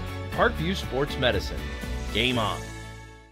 The Kelly Automotive Group is simple, transparent, reliable. Simple. Our customer specialists make buying a car easy and fun. Transparent. Our price listed is the best price. No hassle, no gimmicks. Reliable. Buy with confidence and peace of mind. We work hard to ensure the best value however you shop. Choose from over 60 vehicles under $10,000. Visit drivekelly.com. The Kelly Automotive Group. Simple, transparent, reliable. Parkview Sports Medicine is an integrated sports medicine team. We're treating injuries when and where they happen, and working to prevent them before they do. We believe the best care is coordinated care, helping ensure you get the individualized services you need every step of the way, offering innovative treatment techniques to get you or the athlete you love back in play. Reaching higher, pushing further. Parkview Sports Medicine. Game on. Get mad about blue. Get mad about your Fort Wayne Mad Ants. When looking for the best basketball action in town, it's the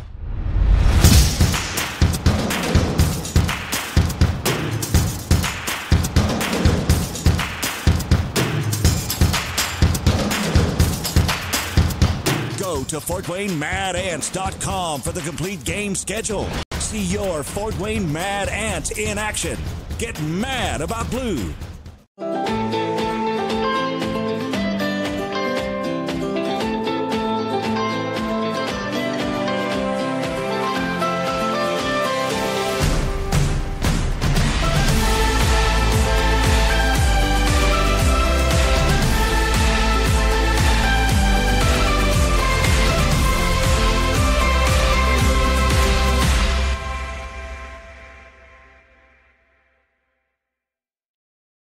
Parkview Sports Medicine, especially since I've been a pro, has been a place where my game has really been able to develop in multiple facets. Injury prevention, maintenance, physical therapy, weightlifting, agility work, all the things that I need to do in order to have an NBA body. This is the place for me to go when I come back home and I need to get a workout in. Always welcome me back with open arms. Parkview Sports Medicine.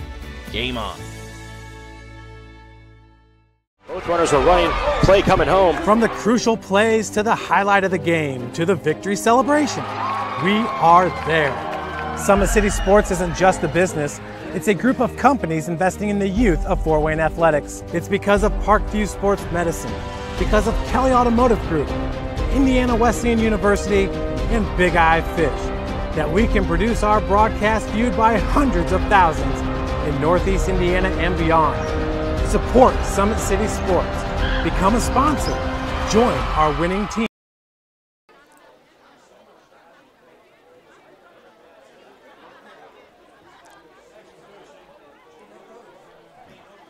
Welcome back, everybody, to Archer Field at Southside High School. And we didn't have a halftime show, apparently because of the weather.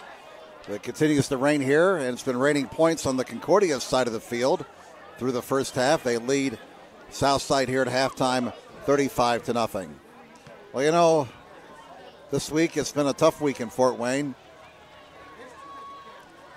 And we lost a good friend 2 days ago. You know, when the Vice President of the United States, the governor, and both United States senators from your home state, along with numerous members of Congress, send out condolences after you pass away, that's an indication you lived a pretty good life. And folks, I know Charlie Butcher's in a real good place. And maybe someday we'll all get there too. Teams are coming back out onto the field for the start of the second half. We'll give you some out-of-town scores here. We have in the SAC, last we had was Carroll and Bishop Lourdes tied at 7. That was in the second quarter. A couple of halftime scores. Snyder leads Northside 19-0, and Dwenger leads Wayne by a score of 22-0. Some other scores from around the area at the half: Bluffton 13, Northfield 0. Marion leads Huntington North 13-0. In the Battle of Noble County, we have West Noble leading Central Noble 7-6. Second quarter, Garrett leads Prairie Heights 6-0. And again, the last score we had on Angola DeKalb was Angola 7-0. That game was in the second quarter. Let's see if we have any late updates here on Twitter as the two teams continue to get ready for the second half. Twitter's acting a little slow tonight here. All right, let's see. Anything new? Adams Central now leads Belmont 21-0. That game is at the half. And anything else from around here? Riley leads New Haven 12-0. That game is in the middle of the second quarter. And it's now Angola 14, DeKalb 7. That game is midway through the second quarter. Barons and Hornets. Halftime, and a game that we're kind of keeping an eye on. Leo leads Woodland 6-0. Leo over Woodland 6-0. That game is at the half. Also at the half, it's Lakeland over Wawasee 14-0. Rochester leads Wabash 28-15.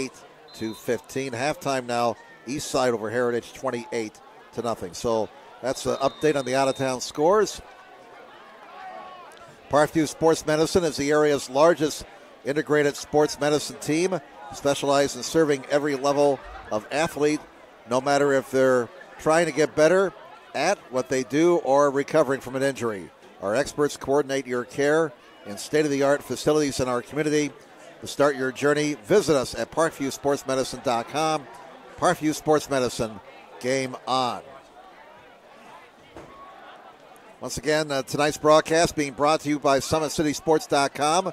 Follow us on Twitter at 260 Sports. Like our Facebook page, Summit City Sports, and be sure to subscribe to our YouTube channel. Some first half stats, as the statistics would indicate. Domination by Concordia. Concordia with 11 first downs. Southside had 2. Rushing yards, 131 for Concordia, 12 for Southside. Concordia had 94 yards in the air. Total yards, we had Concordia with 225, Southside with 12. Archers turned the ball over one time, and that led to the second touchdown for Concordia. Penalties, 5 against the Cadets for 45 yards, 4 against Southside for 20 yards.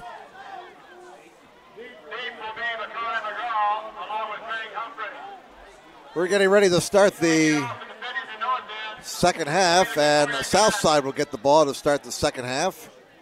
They'll be defending to our right. Concordia kicking off and defending to our left.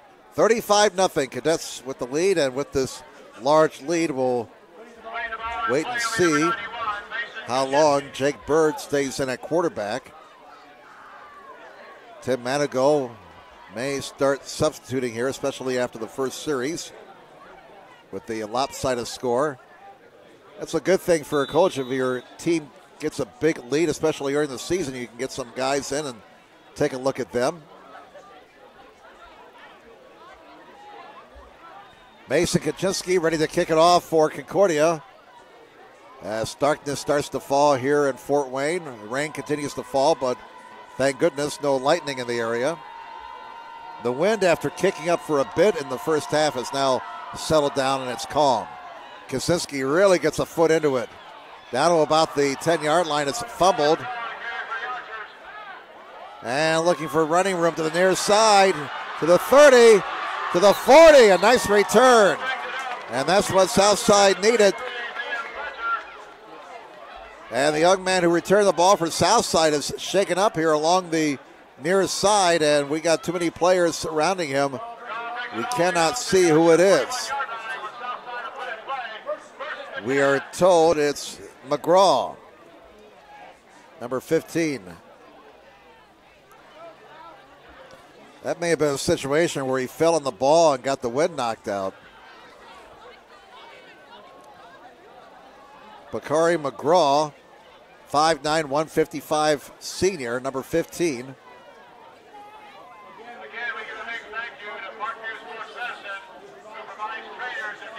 And they're still looking at him here on the near side. He made a nice return and then was brought down at around the 43-yard line.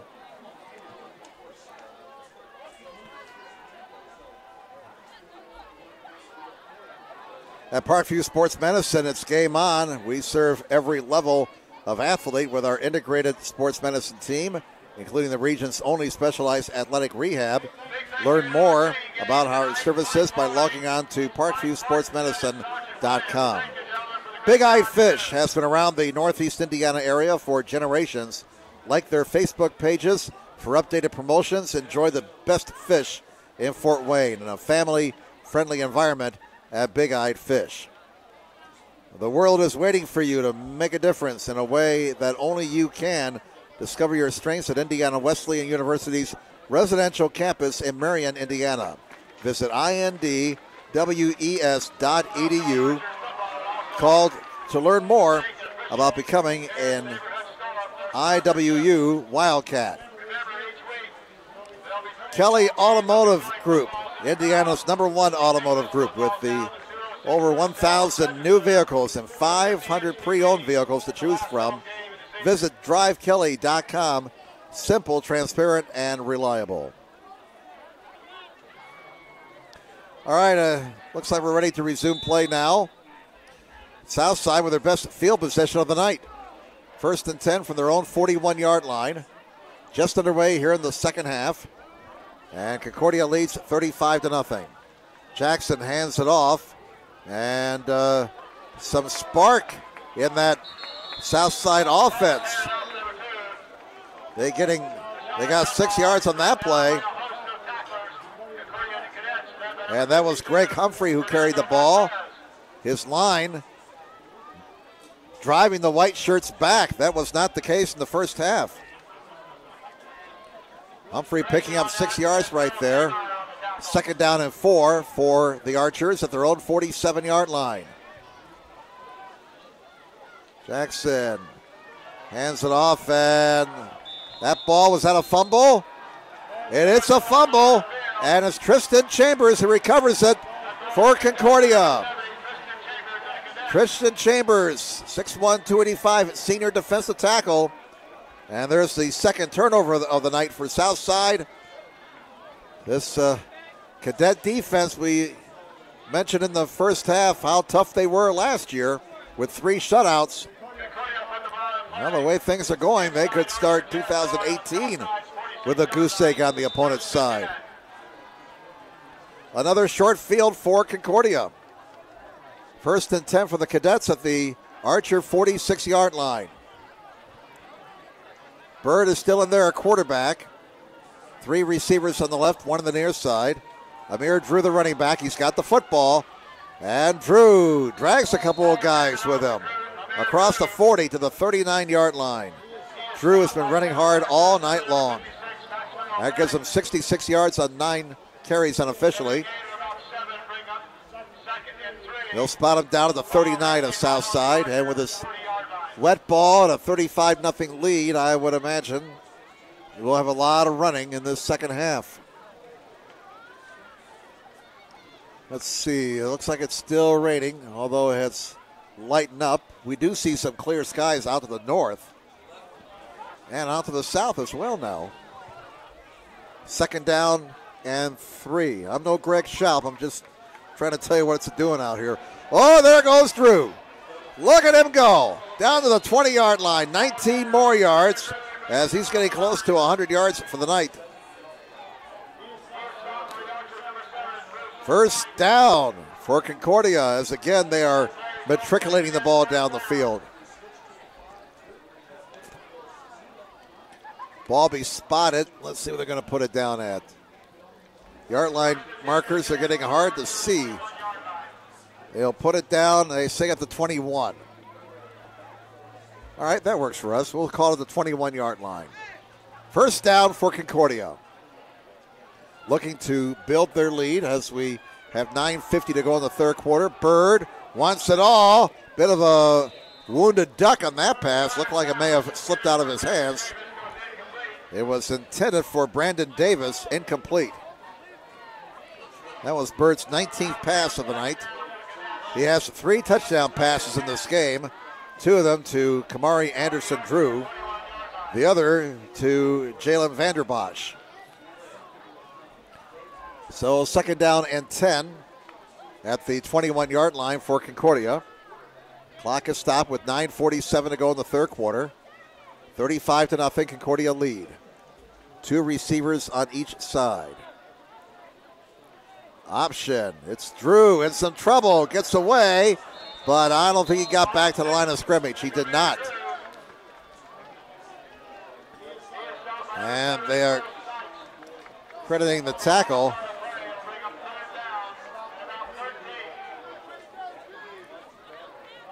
Credit the tackle to Bruce Sykes. He's a 5'9", 160 senior, number 7. And a loss of 3 on the play. 3rd down and 13 now for Concordia. The ball is at the south side 24-yard line. Line the gain is the 11. On 3rd and 13, 2 receivers on each side. Bird fires. Too high for his intended receiver at about the 15-yard line. Vanderbosch, the intended receiver, 4th down.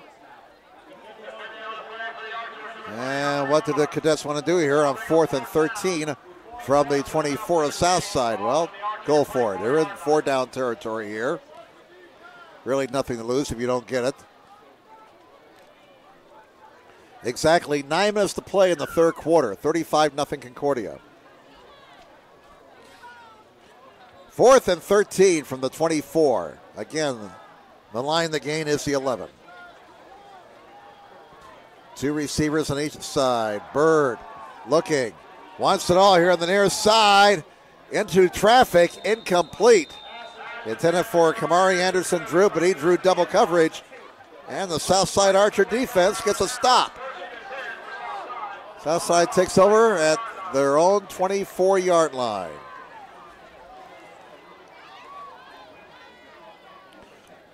So something good for the Archers right there. It's been a tough night for them so far. 8:53 to go, 3rd quarter.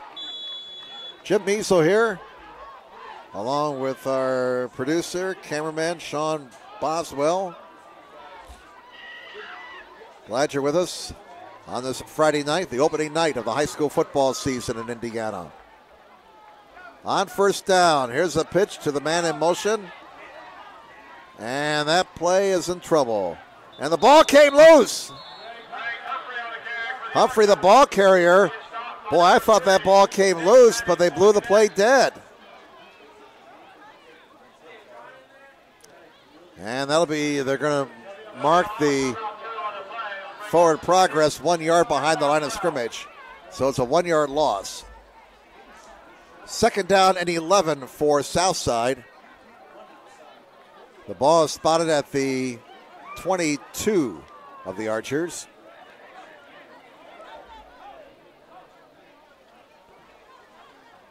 On second and 11. Jackson goes under center.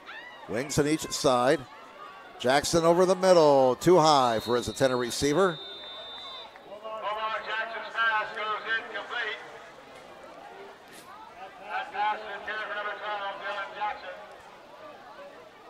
Dylan Jackson, the intended receiver there. Dylan Jackson, 5'10", 162 sophomore.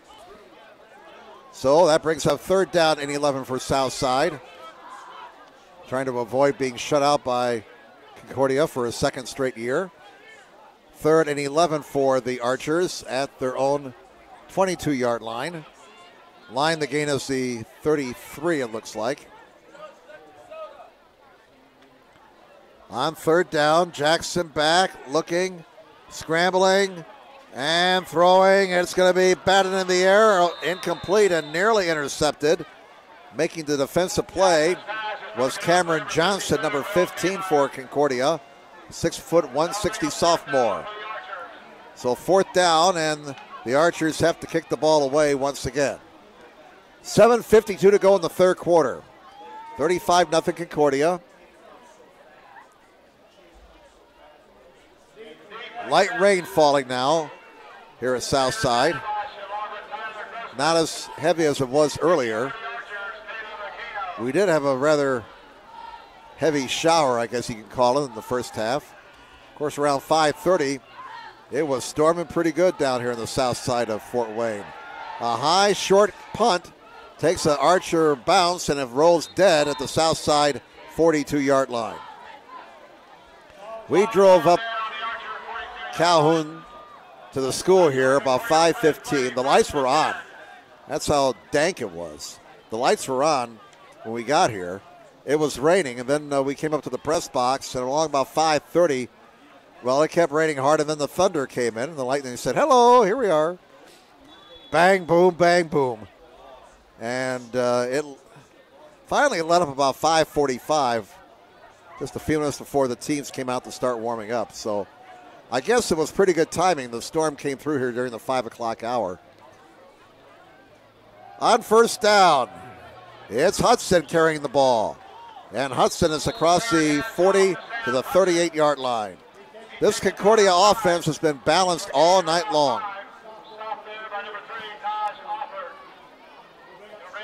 Hudson has 4 carries for 50 yards. Drew, 11 carries for 82 yards. Bird has 4 carries for 26 yards.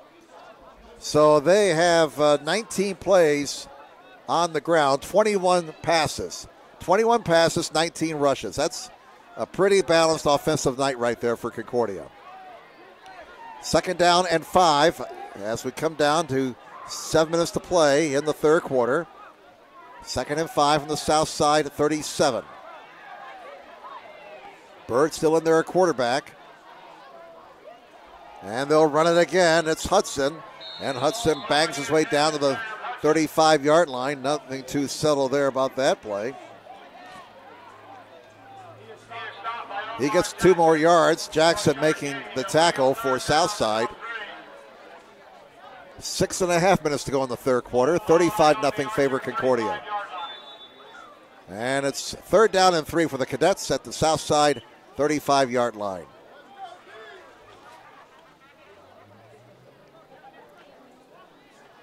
Jake Bird, 3 touchdown passes tonight.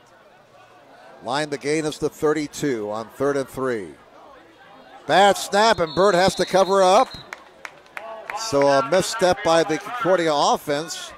They're going to lose 4 yards right there on the bad snap from center. Again, that may have been the situation with the wet ball and the grass being wet. It probably slipped out of the center's hands. So 4th down now for Concordia. 4th down and 7, back at the Archer 39-yard line, and the Cadets will go for it here. Line the gain is the 32. Now let's see if Bird tries a quick kick again. That's what the coaches up here think he'll do, and he does. Another quick kick by Bird. They're calling it the Mayday punt up here. That's a good, I like that. That's a good description instead of a quick kick. Mayday punt. So the ball rolls dead. Looks like around the 12-yard line.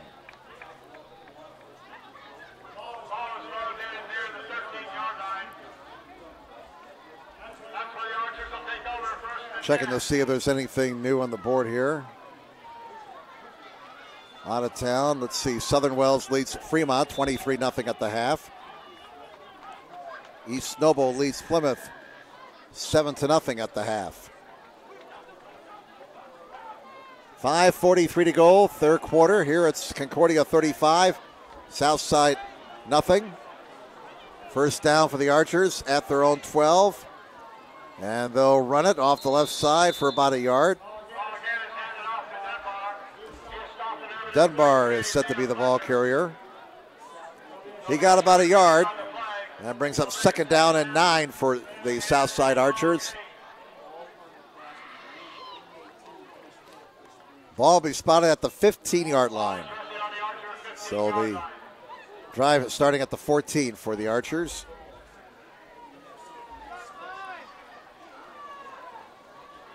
Boz and I be back with you next Friday night at Northrop, as the Bruins host the same Southside Archers.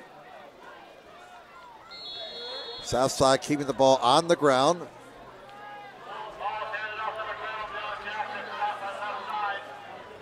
And I believe that was Dylan Jackson carrying the ball.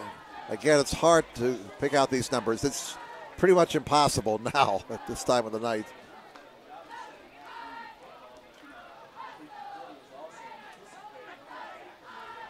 Ball is at the 19-yard line. 3rd down and 4 for the Archers. Line the game's to 23. Here's Jackson going back to the 10, and Jackson's in trouble, and down he goes. That's going to be a sack. And it's Fletcher. Boy, oh boy, you just can't get away from number 33.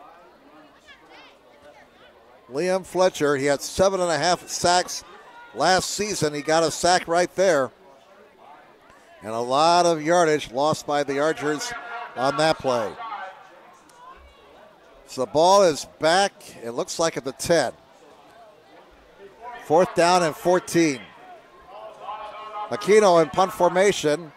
And again, Concordia, unless they mess up here, will get a short field as we come down to 3 minutes to play in the third quarter. Good snap. Aquino gets it out of there to the far side.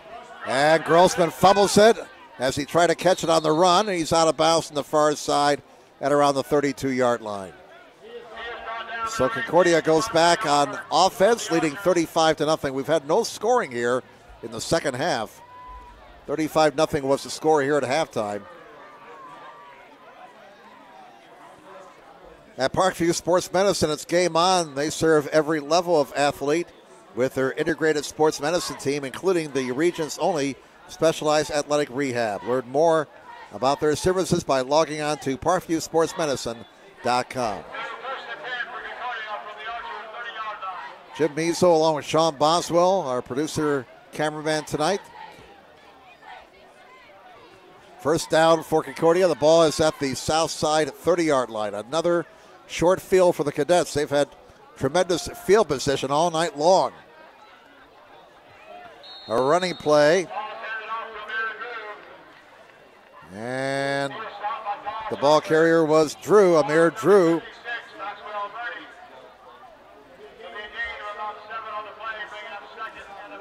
Looks like Maxwell Burney was credited with the tackle, a sophomore, 6'1", 240 pounds. Drew picking up 7 yards on that play. That gives him 89 yards unofficially on 12 carries tonight. Ball is at the south side 22-yard line, where it's second down and a long 2 for the Cadets. 2:43 to go here in the third quarter. Bird option, whistles, blow the play dead, and it's going to be illegal procedure against Concordia. That'll be their sixth penalty for 50 yards, and I'm sure that's one area that Coach Manigault will address. The penalties, 6 of them for 50 yards. You play the tougher teams in this conference.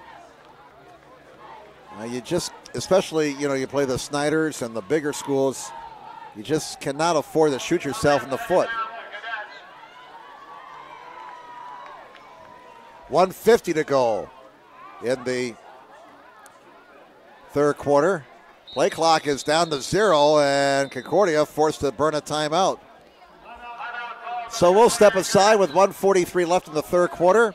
It's 35-0 favor Concordia. Back in a moment on SummitCitySports.com.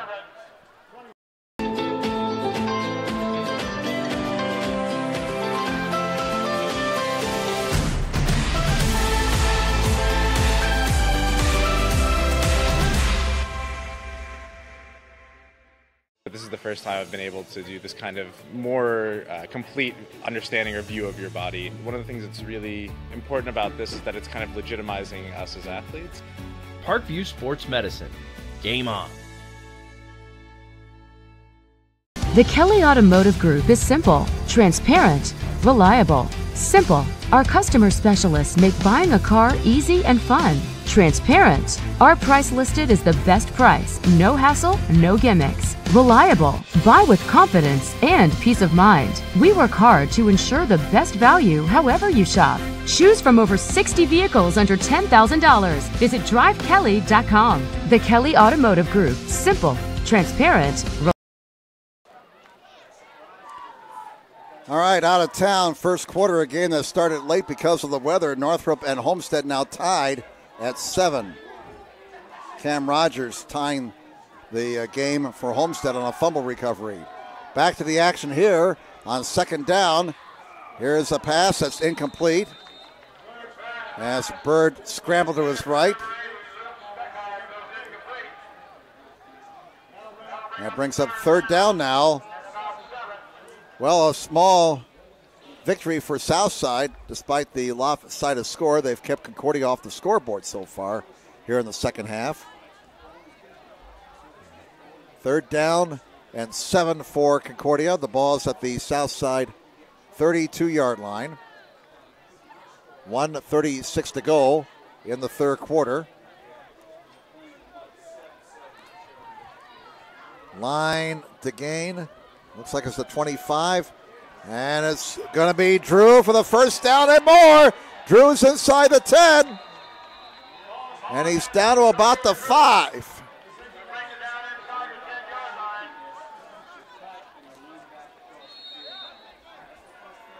And that's a gain of about 22 yards there for Drew, and that'll put him over 100 yards unofficially. And we have a timeout for a player who is shaken up following the tackle at about the 5-yard line. So that stops the clock with 1:27 to go in the third quarter. Concordia on top 35-0. And I have no idea who the injured player is, unfortunately.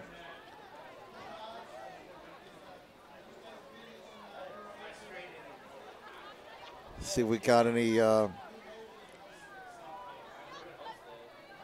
updates from out of town. Fourth quarter up north. Lakeland leads Wawasee 14-0.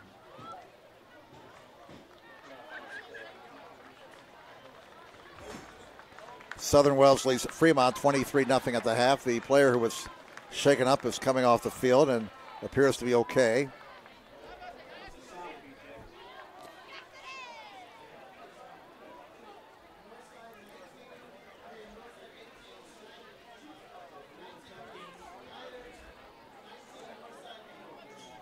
Snyder 19, Northside 8. We are told now that game is in the third quarter. Northrop and Homestead tied at 7 in the first. Last we heard, Carroll and Lourdes were still tied at 7.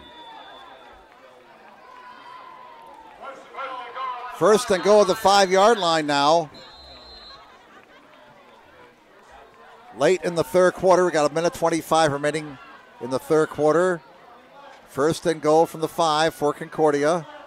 And it is Drew off the left side. And he is going to be stopped at about the 3.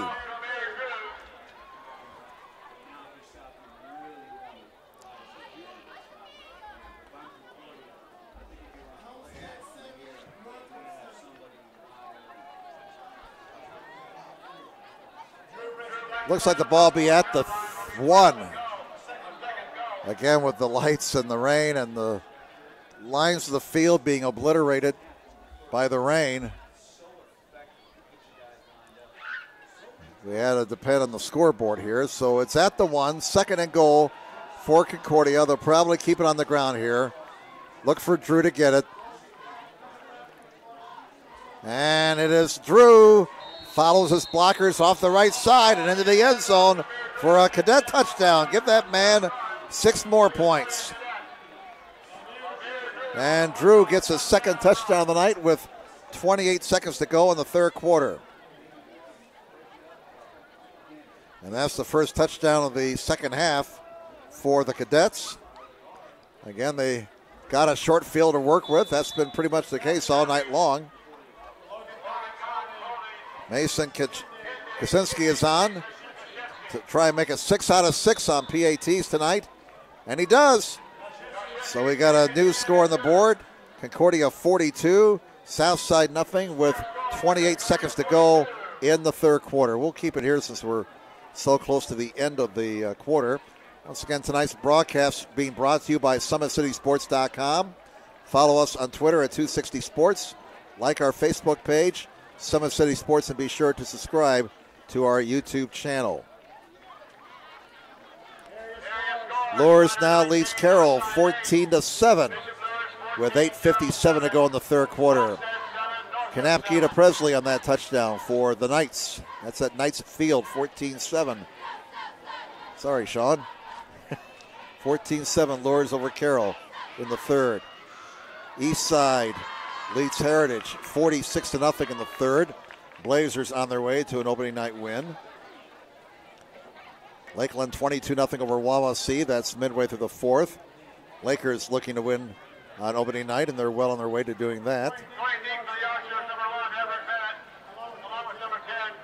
So those are the updates we have from out of town.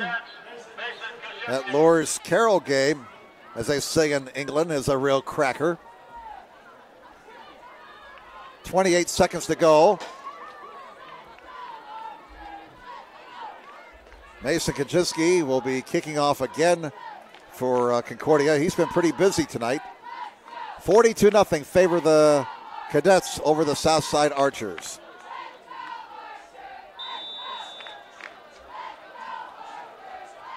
Here's the boot by Kaczynski. And it's over on the far side. Stays in bounds.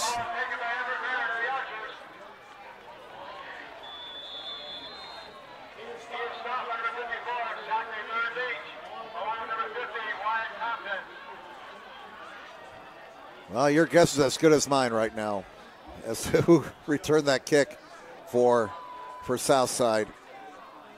It was all right.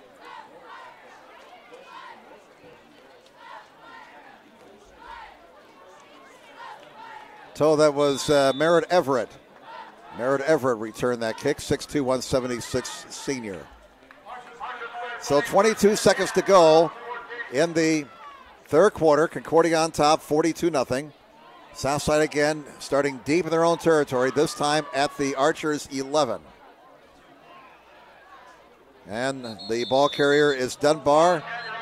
Stop after a 1-yard gain, and that more than likely will be the last play of the third quarter. And the third quarter will run out. After 3 quarters of play here at Archer Field, it's now Concordia 42 and Southside nothing. Back with the fourth and final quarter following this timeout on SummitCitySports.com.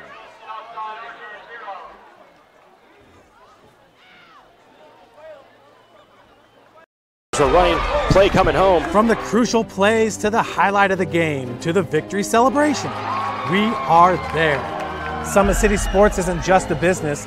It's a group of companies investing in the youth of Fort Wayne athletics. It's because of Parkview Sports Medicine, because of Kelly Automotive Group, Indiana Wesleyan University, and Big Eye Fish, that we can produce our broadcast viewed by hundreds of thousands in Northeast Indiana and beyond.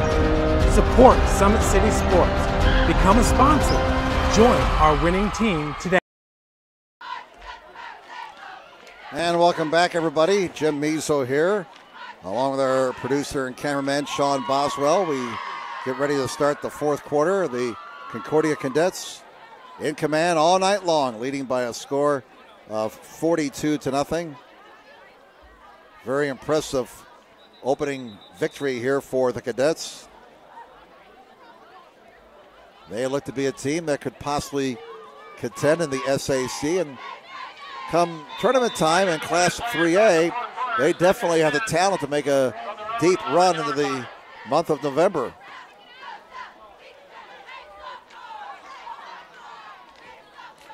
All right, as we start the fourth quarter, 2nd down and 10 for the Archers, and Jackson calls his own number, fumbles, and it's recovered by the Concordia Cadets at the 26-yard line. And the recovery made at the 26-yard line by number 15 for Concordia, Cameron Johnson, 6 foot 160 sophomore. And that's the 3rd turnover of the night for Southside. Concordia has not turned the ball over.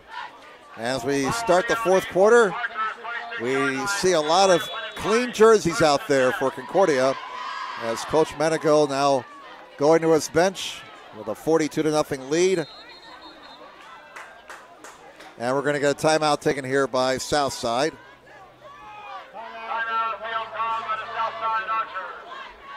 So let's see, the Brandon Davis is listed as the backup quarterback. He saw action late last year when Jake Bird broke his thumb. In fact, he did a very good job. He was 3-1 as the Cadets quarterback last year. Led the Cadets to a couple of sectional victories. And, of course, Concordia lost that tough game to Lourdes in the sectional finals. It turned out to be a very good ball game. Again, we want to thank Sally Groves, along with Robert Groves, for their donation to SummitCitySports.com, which we put towards video production. Thank you very much. And if you'd like to donate to Summit City Sports, you can do so. Just go to our website, SummitCitySports.com. All right, out of the timeout. The ball is at the south side at 26-yard line. And we got a new quarterback in there now for the Concordia Cadets. It's not Brandon Davis. Instead, it's Jackson Valentine. He's a sophomore, 5'10", 150 pounds. He wears number 23. And it is Hudson carrying the ball for about 3 yards inside the 25 to the 24-yard line. So Valentine now quarterbacking. Bird's night is over, it looks like. Bird passed for 94 yards and 3 touchdowns, no interceptions. 11:27 to go in the ball game. Concordia looking to shut out Southside for a second straight season. 2 receivers on each side, 1 setback. Valentine taking all the time he wants. Here comes Hudson to the near side, and Hudson stays in bounds, I think. And he got about 3 yards to the 20-yard line. That field is really getting chewed up now, following all the rain we had.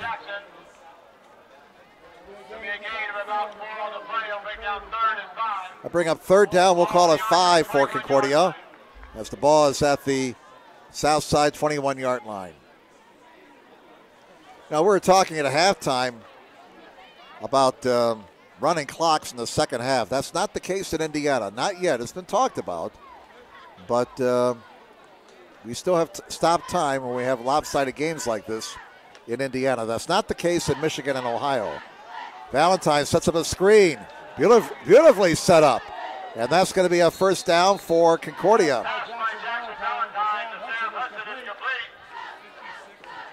And it was Hudson coming out of the backfield to make the catch. So Valentine completes this first pass. And that's a gain of about 7 yards, a first down for Concordia. And that's 14 first downs for Concordia. In Michigan and Ohio, they go to a running clock in football when a team gets ahead by 35 points in the second half. That's not the case in Indiana. Again, it's been talked about by the coaches, but we stay stop time the whole way.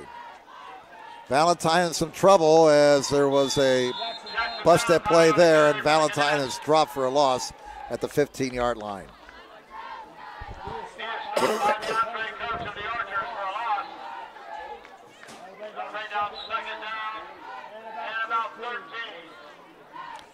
Second down, and let's call it 13 for Concordia at the south side 15-yard line. Clock continues to roll. We're down to 9 minutes and 40 seconds. Just past 9 o'clock in Fort Wayne. Looks like we're going to get this game in without any lightning issues. Didn't look too good at 5:30, I'll tell you that right now, but the weather improved tremendously for kickoff. And here goes Hudson. Hudson with a big hold off the right side. Looks like he's inside the 10, down to about the 8-yard line. Let's give him 8 yards there. Hudson 66 yards on 8 carries. Drew 114 yards on 15 carries. Bird 22 yards on 5 carries. This Concordia offense showing tonight they can move the ball on the ground. They have so many weapons offensively. This is going to be a very dangerous Concordia team to handle here in 2018. I would not be too surprised to see them contend in the SAC, at least get into the first division. And it's Hudson again. He's cut down at the line of scrimmage for no gain. And that'll bring up fourth down.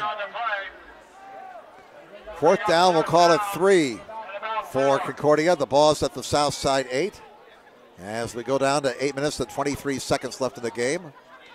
42-0, Concordia dominating this game as soon as they got off the bus, just about.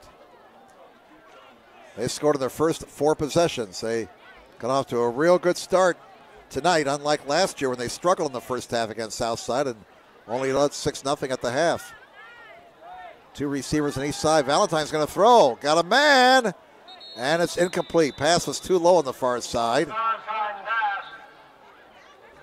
So Concordia will take over on downs. That was intended for Samuel Almick, number 34, 5'8", 145 sophomore.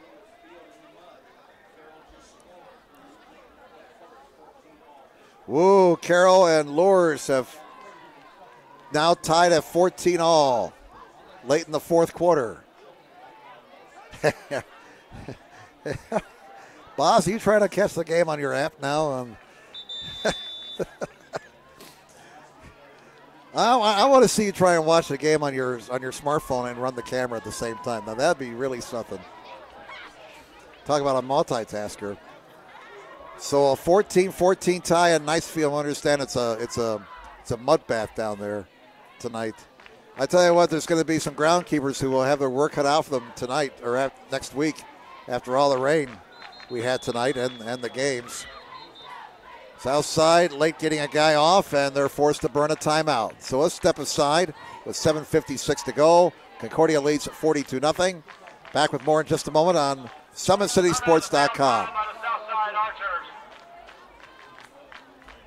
Kelly Automotive Group is simple, transparent, reliable. Simple. Our customer specialists make buying a car easy and fun. Transparent. Our price listed is the best price. No hassle, no gimmicks. Reliable. Buy with confidence and peace of mind. We work hard to ensure the best value however you shop. Choose from over 60 vehicles under $10,000. Visit drivekelly.com. The Kelly Automotive Group. Simple, transparent, reliable.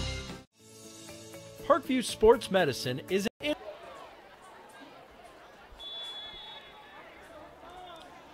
All right, back here as we have a new quarterback now in for Southside. That pass complete for about 2 yards. And we're told it's Demir Clark.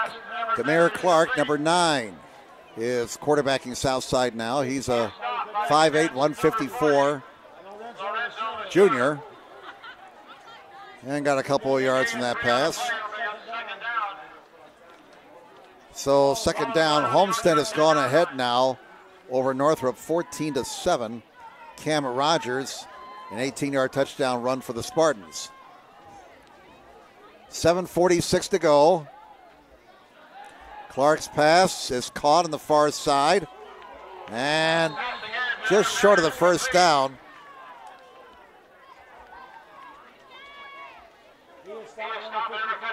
Well, Clark completing his first 2 passes for the Archers. That play picked up about 6 yards. Brings up 3rd down and 2 now for the Southside Archers, as we have 6 minutes and 47 seconds to go in this one. Concordia on top, 42-0. Looks like the rain has stopped now. Rained earlier, rained in the first half. Of course, we had a thunderstorm come through during the 5 o'clock hour. Here's Clark on the option, and down he goes behind the line of scrimmage. That'll bring up 4th down. And let's get a number here. The tackle made by number 58, and our 2 dates are not worthy anymore. Xavier Sanchez. He's a sophomore, 5'10", 210 pounds, number 58. He made the tackle for Concordia. 4th down, and the Archers will punt the ball away as we come down to 6 minutes to play in this one. 42-0 Concordia. Aquino will punt it again for Southside.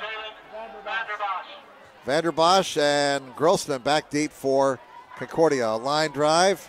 Vanderbosch will let it go, and it's going to roll dead at the Archer 43-yard line. So that's where Concordia will take over with 5:41 left in the game.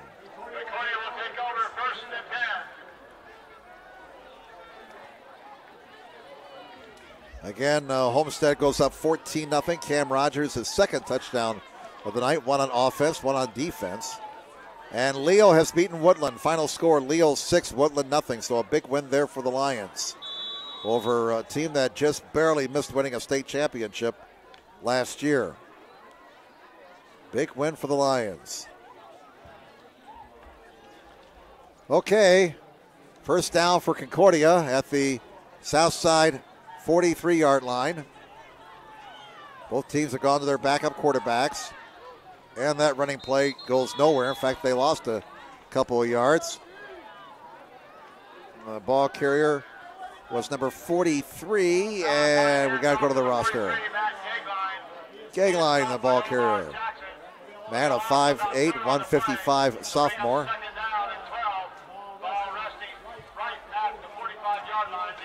Loss of 2 on the play. The 2nd down and 12 for the Cadets at the Archer 45. Coming down to 5 minutes to play in this ball game. Delicious food at halftime. I got to remember that for Sunday football when the weather gets cold. A bad snap from center, and the quarterback, Valentine, has to cover up on it. Well, you get the the nacho chips. You get the nacho chips there, and then you spread them out on your plate, and then you got the hamburger or the taco meat that's been in a crock pot. You got another crock pot with cheese, so you put it on your chips there. Then you throw on some lettuce and tomato and whatever you want to throw on there, and you got a nice little dish there, and you can watch the football and watch Andrew Luck throw interceptions, and and there you go. You're set. 3rd down and 18 now for Concordia. And there's a bubble screen set up, and it only goes for about 4 yards. Valentine's with a 4-yard pass there to Almick, Samuel Almick.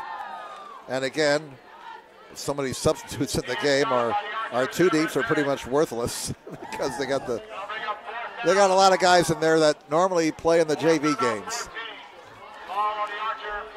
For now, right now, they're young players. They're mostly freshmen and sophomores. So they're getting their first experience perhaps under the lights on Friday night. It's got to be a thrill for them. 4th and 14 at the Southside 47. Play clock has 18 seconds as Concordia is still in the huddle. And they're going to go for it here. Game clock down to 3:20.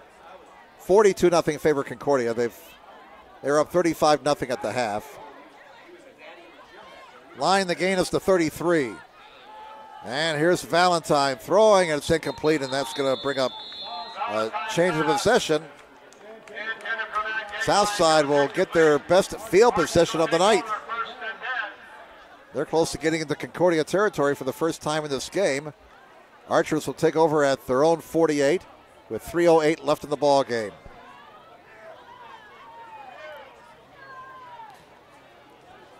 So Southside will be regrouping next week in practice and get ready for the Northrop Bruins. Concordia came in here tonight. They came down to Archer Field and just dominated this ball game. And Concordia looked very good tonight. Southside's got a lot of work to do. That's the bottom line. All right, Clark hands off, and they're up to the 50-yard line, almost into Concordia territory. Ball is handed off to Israel Purnell. He is stopped after a gain of about 2. Be second down and 7 upcoming for the Southside Archers.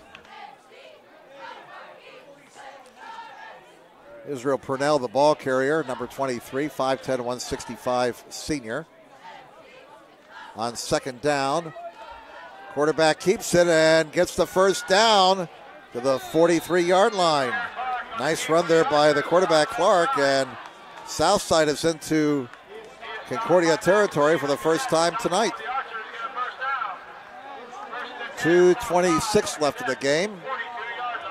Southside would like to get that goose egg off the board, so they're moving the ball down to the Concordia 42-yard line.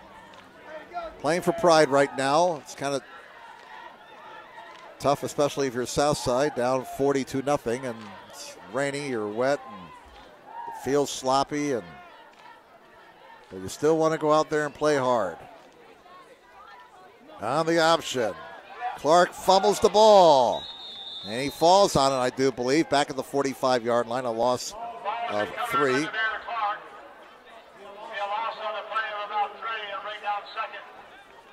So second down upcoming for Southside. Second and 13 at the Concordia 45-yard line. The clock continues to move. We're down to 1:32.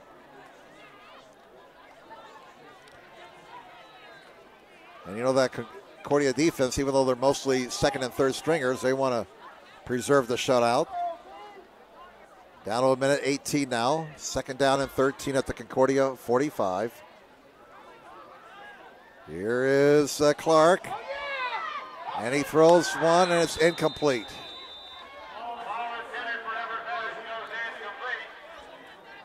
So that brings up third down and 12 now for Southside with 1:08 remaining.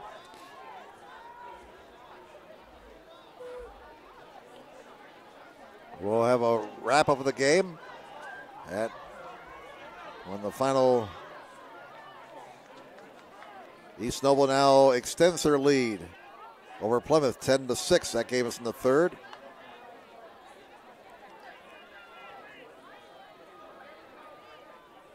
Third down and 12 with 1:08 to go in the ball game. And flags are down, and let's figure this one out. Garrett now leads Prairie Heights 12-0 in the third.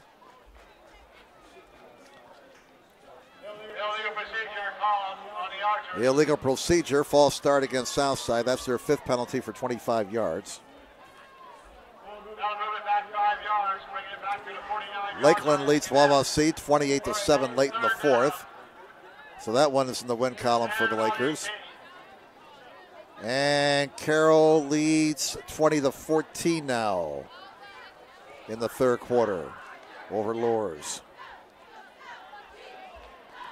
All right, back to this one. 3rd and 17 with 1:06 to go. Line the gain is the 33.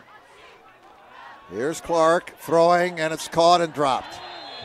Ooh, big hit here on the near side. Big hit delivered by number 80, Luke Speckhard. 6'2", 175 sophomore. Luke Speckhard. So that brings up 4th down. 4th down and 17 for the Archers at the 50. Again, the line the game's to 33.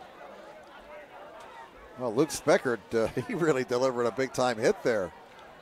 Good, clean hit by the sophomore. All right, play clock's at 3. It's at 2, and they're forced to burn a timeout as the play clock was ready to expire. We'll keep it here. We got 1:01 remaining in this ball game.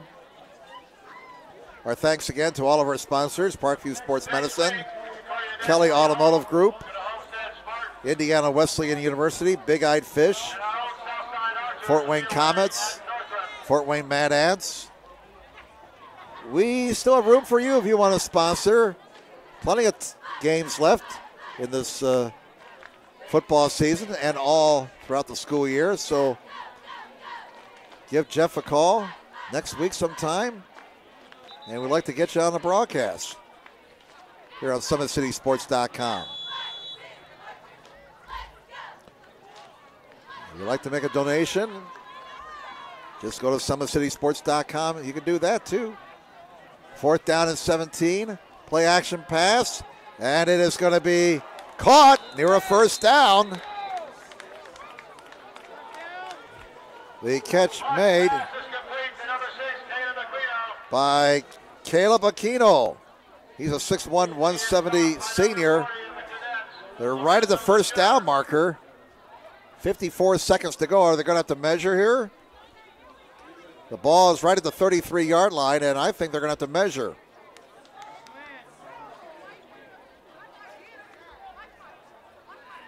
Apparently not. They are short of the 1st down, it looks like. Did not get there.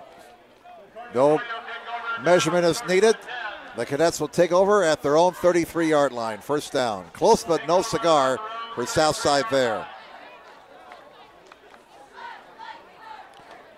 Well, Clark was 4 of 6 for 32 yards, so he had a good 4th quarter once he got into the ball game. 54 seconds to go. So we'll have time for a couple of plays, and that will do it.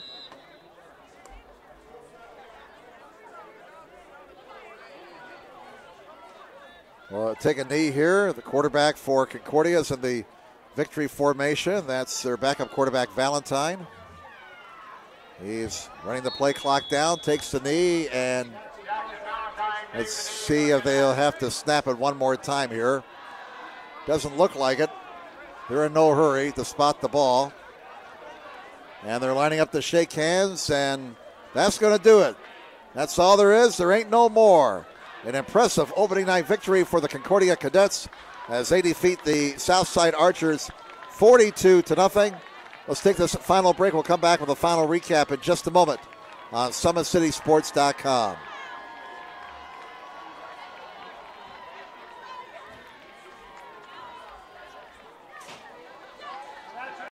First time I've been able to do this kind of more complete understanding or view of your body. One of the things that's really important about this is that it's kind of legitimizing us as athletes. Parkview Sports Medicine. Game on. It's the comets. Comets falling from the sky. Comets falling from the sky. Comets falling from the sky. Comets falling from the sky. Comets falling from the sky. Comets falling from the sky. Comets falling from the sky. Comets falling from the sky.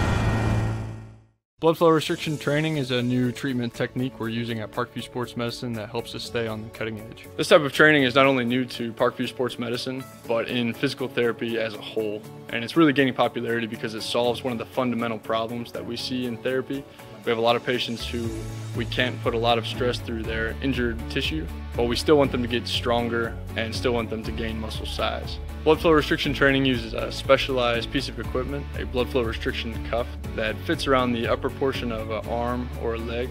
Doing that, then it partially restricts, but not totally occludes the blood flow going to the limb. I thought it was gonna hurt, and it does kind of feel weird, but doesn't hurt or anything.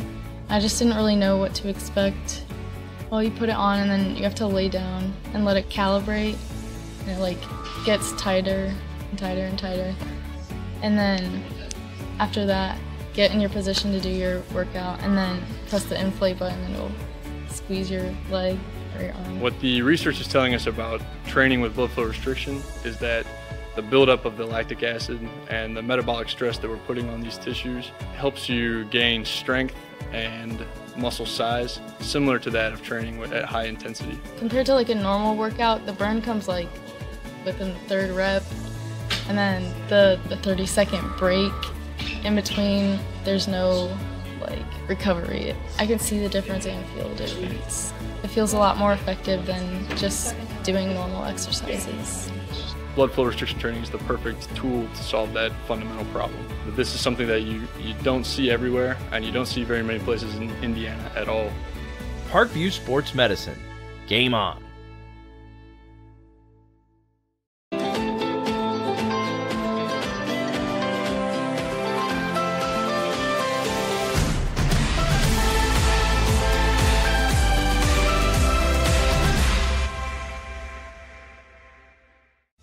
Parkview Sports Medicine is an integrated sports medicine team. I mean, I always had my family behind me, I always had my team behind me, but to have staff that wanted the best for me and to get me feeling better the quickest was really reassuring. Parkview Sports Medicine. Game on. The Kelly Automotive Group is simple, transparent, reliable. Simple. Our customer specialists make buying a car easy and fun. Transparent. Our price listed is the best price. No hassle, no gimmicks. Reliable. Buy with confidence and peace of mind. We work hard to ensure the best value however you shop. Choose from over 60 vehicles under $10,000. Visit drivekelly.com. The Kelly Automotive Group. Simple, transparent, reliable. Parkview Sports Medicine is an integrated sports medicine team. We're treating injuries when and where they happen, and working to prevent them before they do. We believe the best care is coordinated care, helping ensure you get the individualized services you need every step of the way, offering innovative treatment techniques to get you or the athlete you love back in play. Reaching higher, pushing further. Parkview Sports Medicine. Game on. Get mad about blue. Get mad about your Fort Wayne Mad Ants. When looking for the best basketball action in town, it's the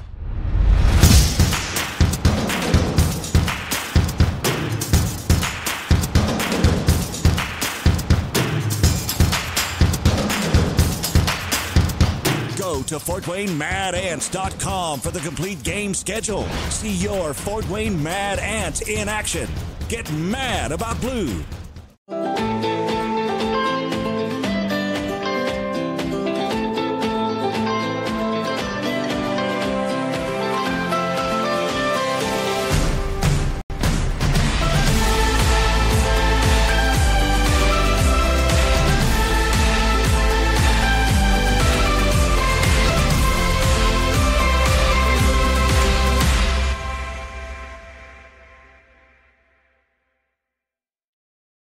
Parkview Sports Medicine, especially since I've been a pro, has been a place where my game has really been able to develop in multiple facets. Injury prevention, maintenance, physical therapy, weightlifting, agility work, all the things that I need to do in order to have an NBA body. This is the place for me to go when I come back home and I need to get a workout in. Always welcome me back with open arms. Parkview Sports Medicine. Game on. Both runners are running, play coming home. From the crucial plays to the highlight of the game to the victory celebration, we are there. Summit City Sports isn't just a business, it's a group of companies investing in the youth of Fort Wayne athletics. It's because of Parkview Sports Medicine, because of Kelly Automotive Group, Indiana Wesleyan University, and Big Eye Fish.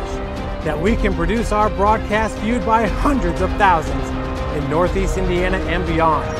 Support Summit City Sports. Become a sponsor. Join our winning team.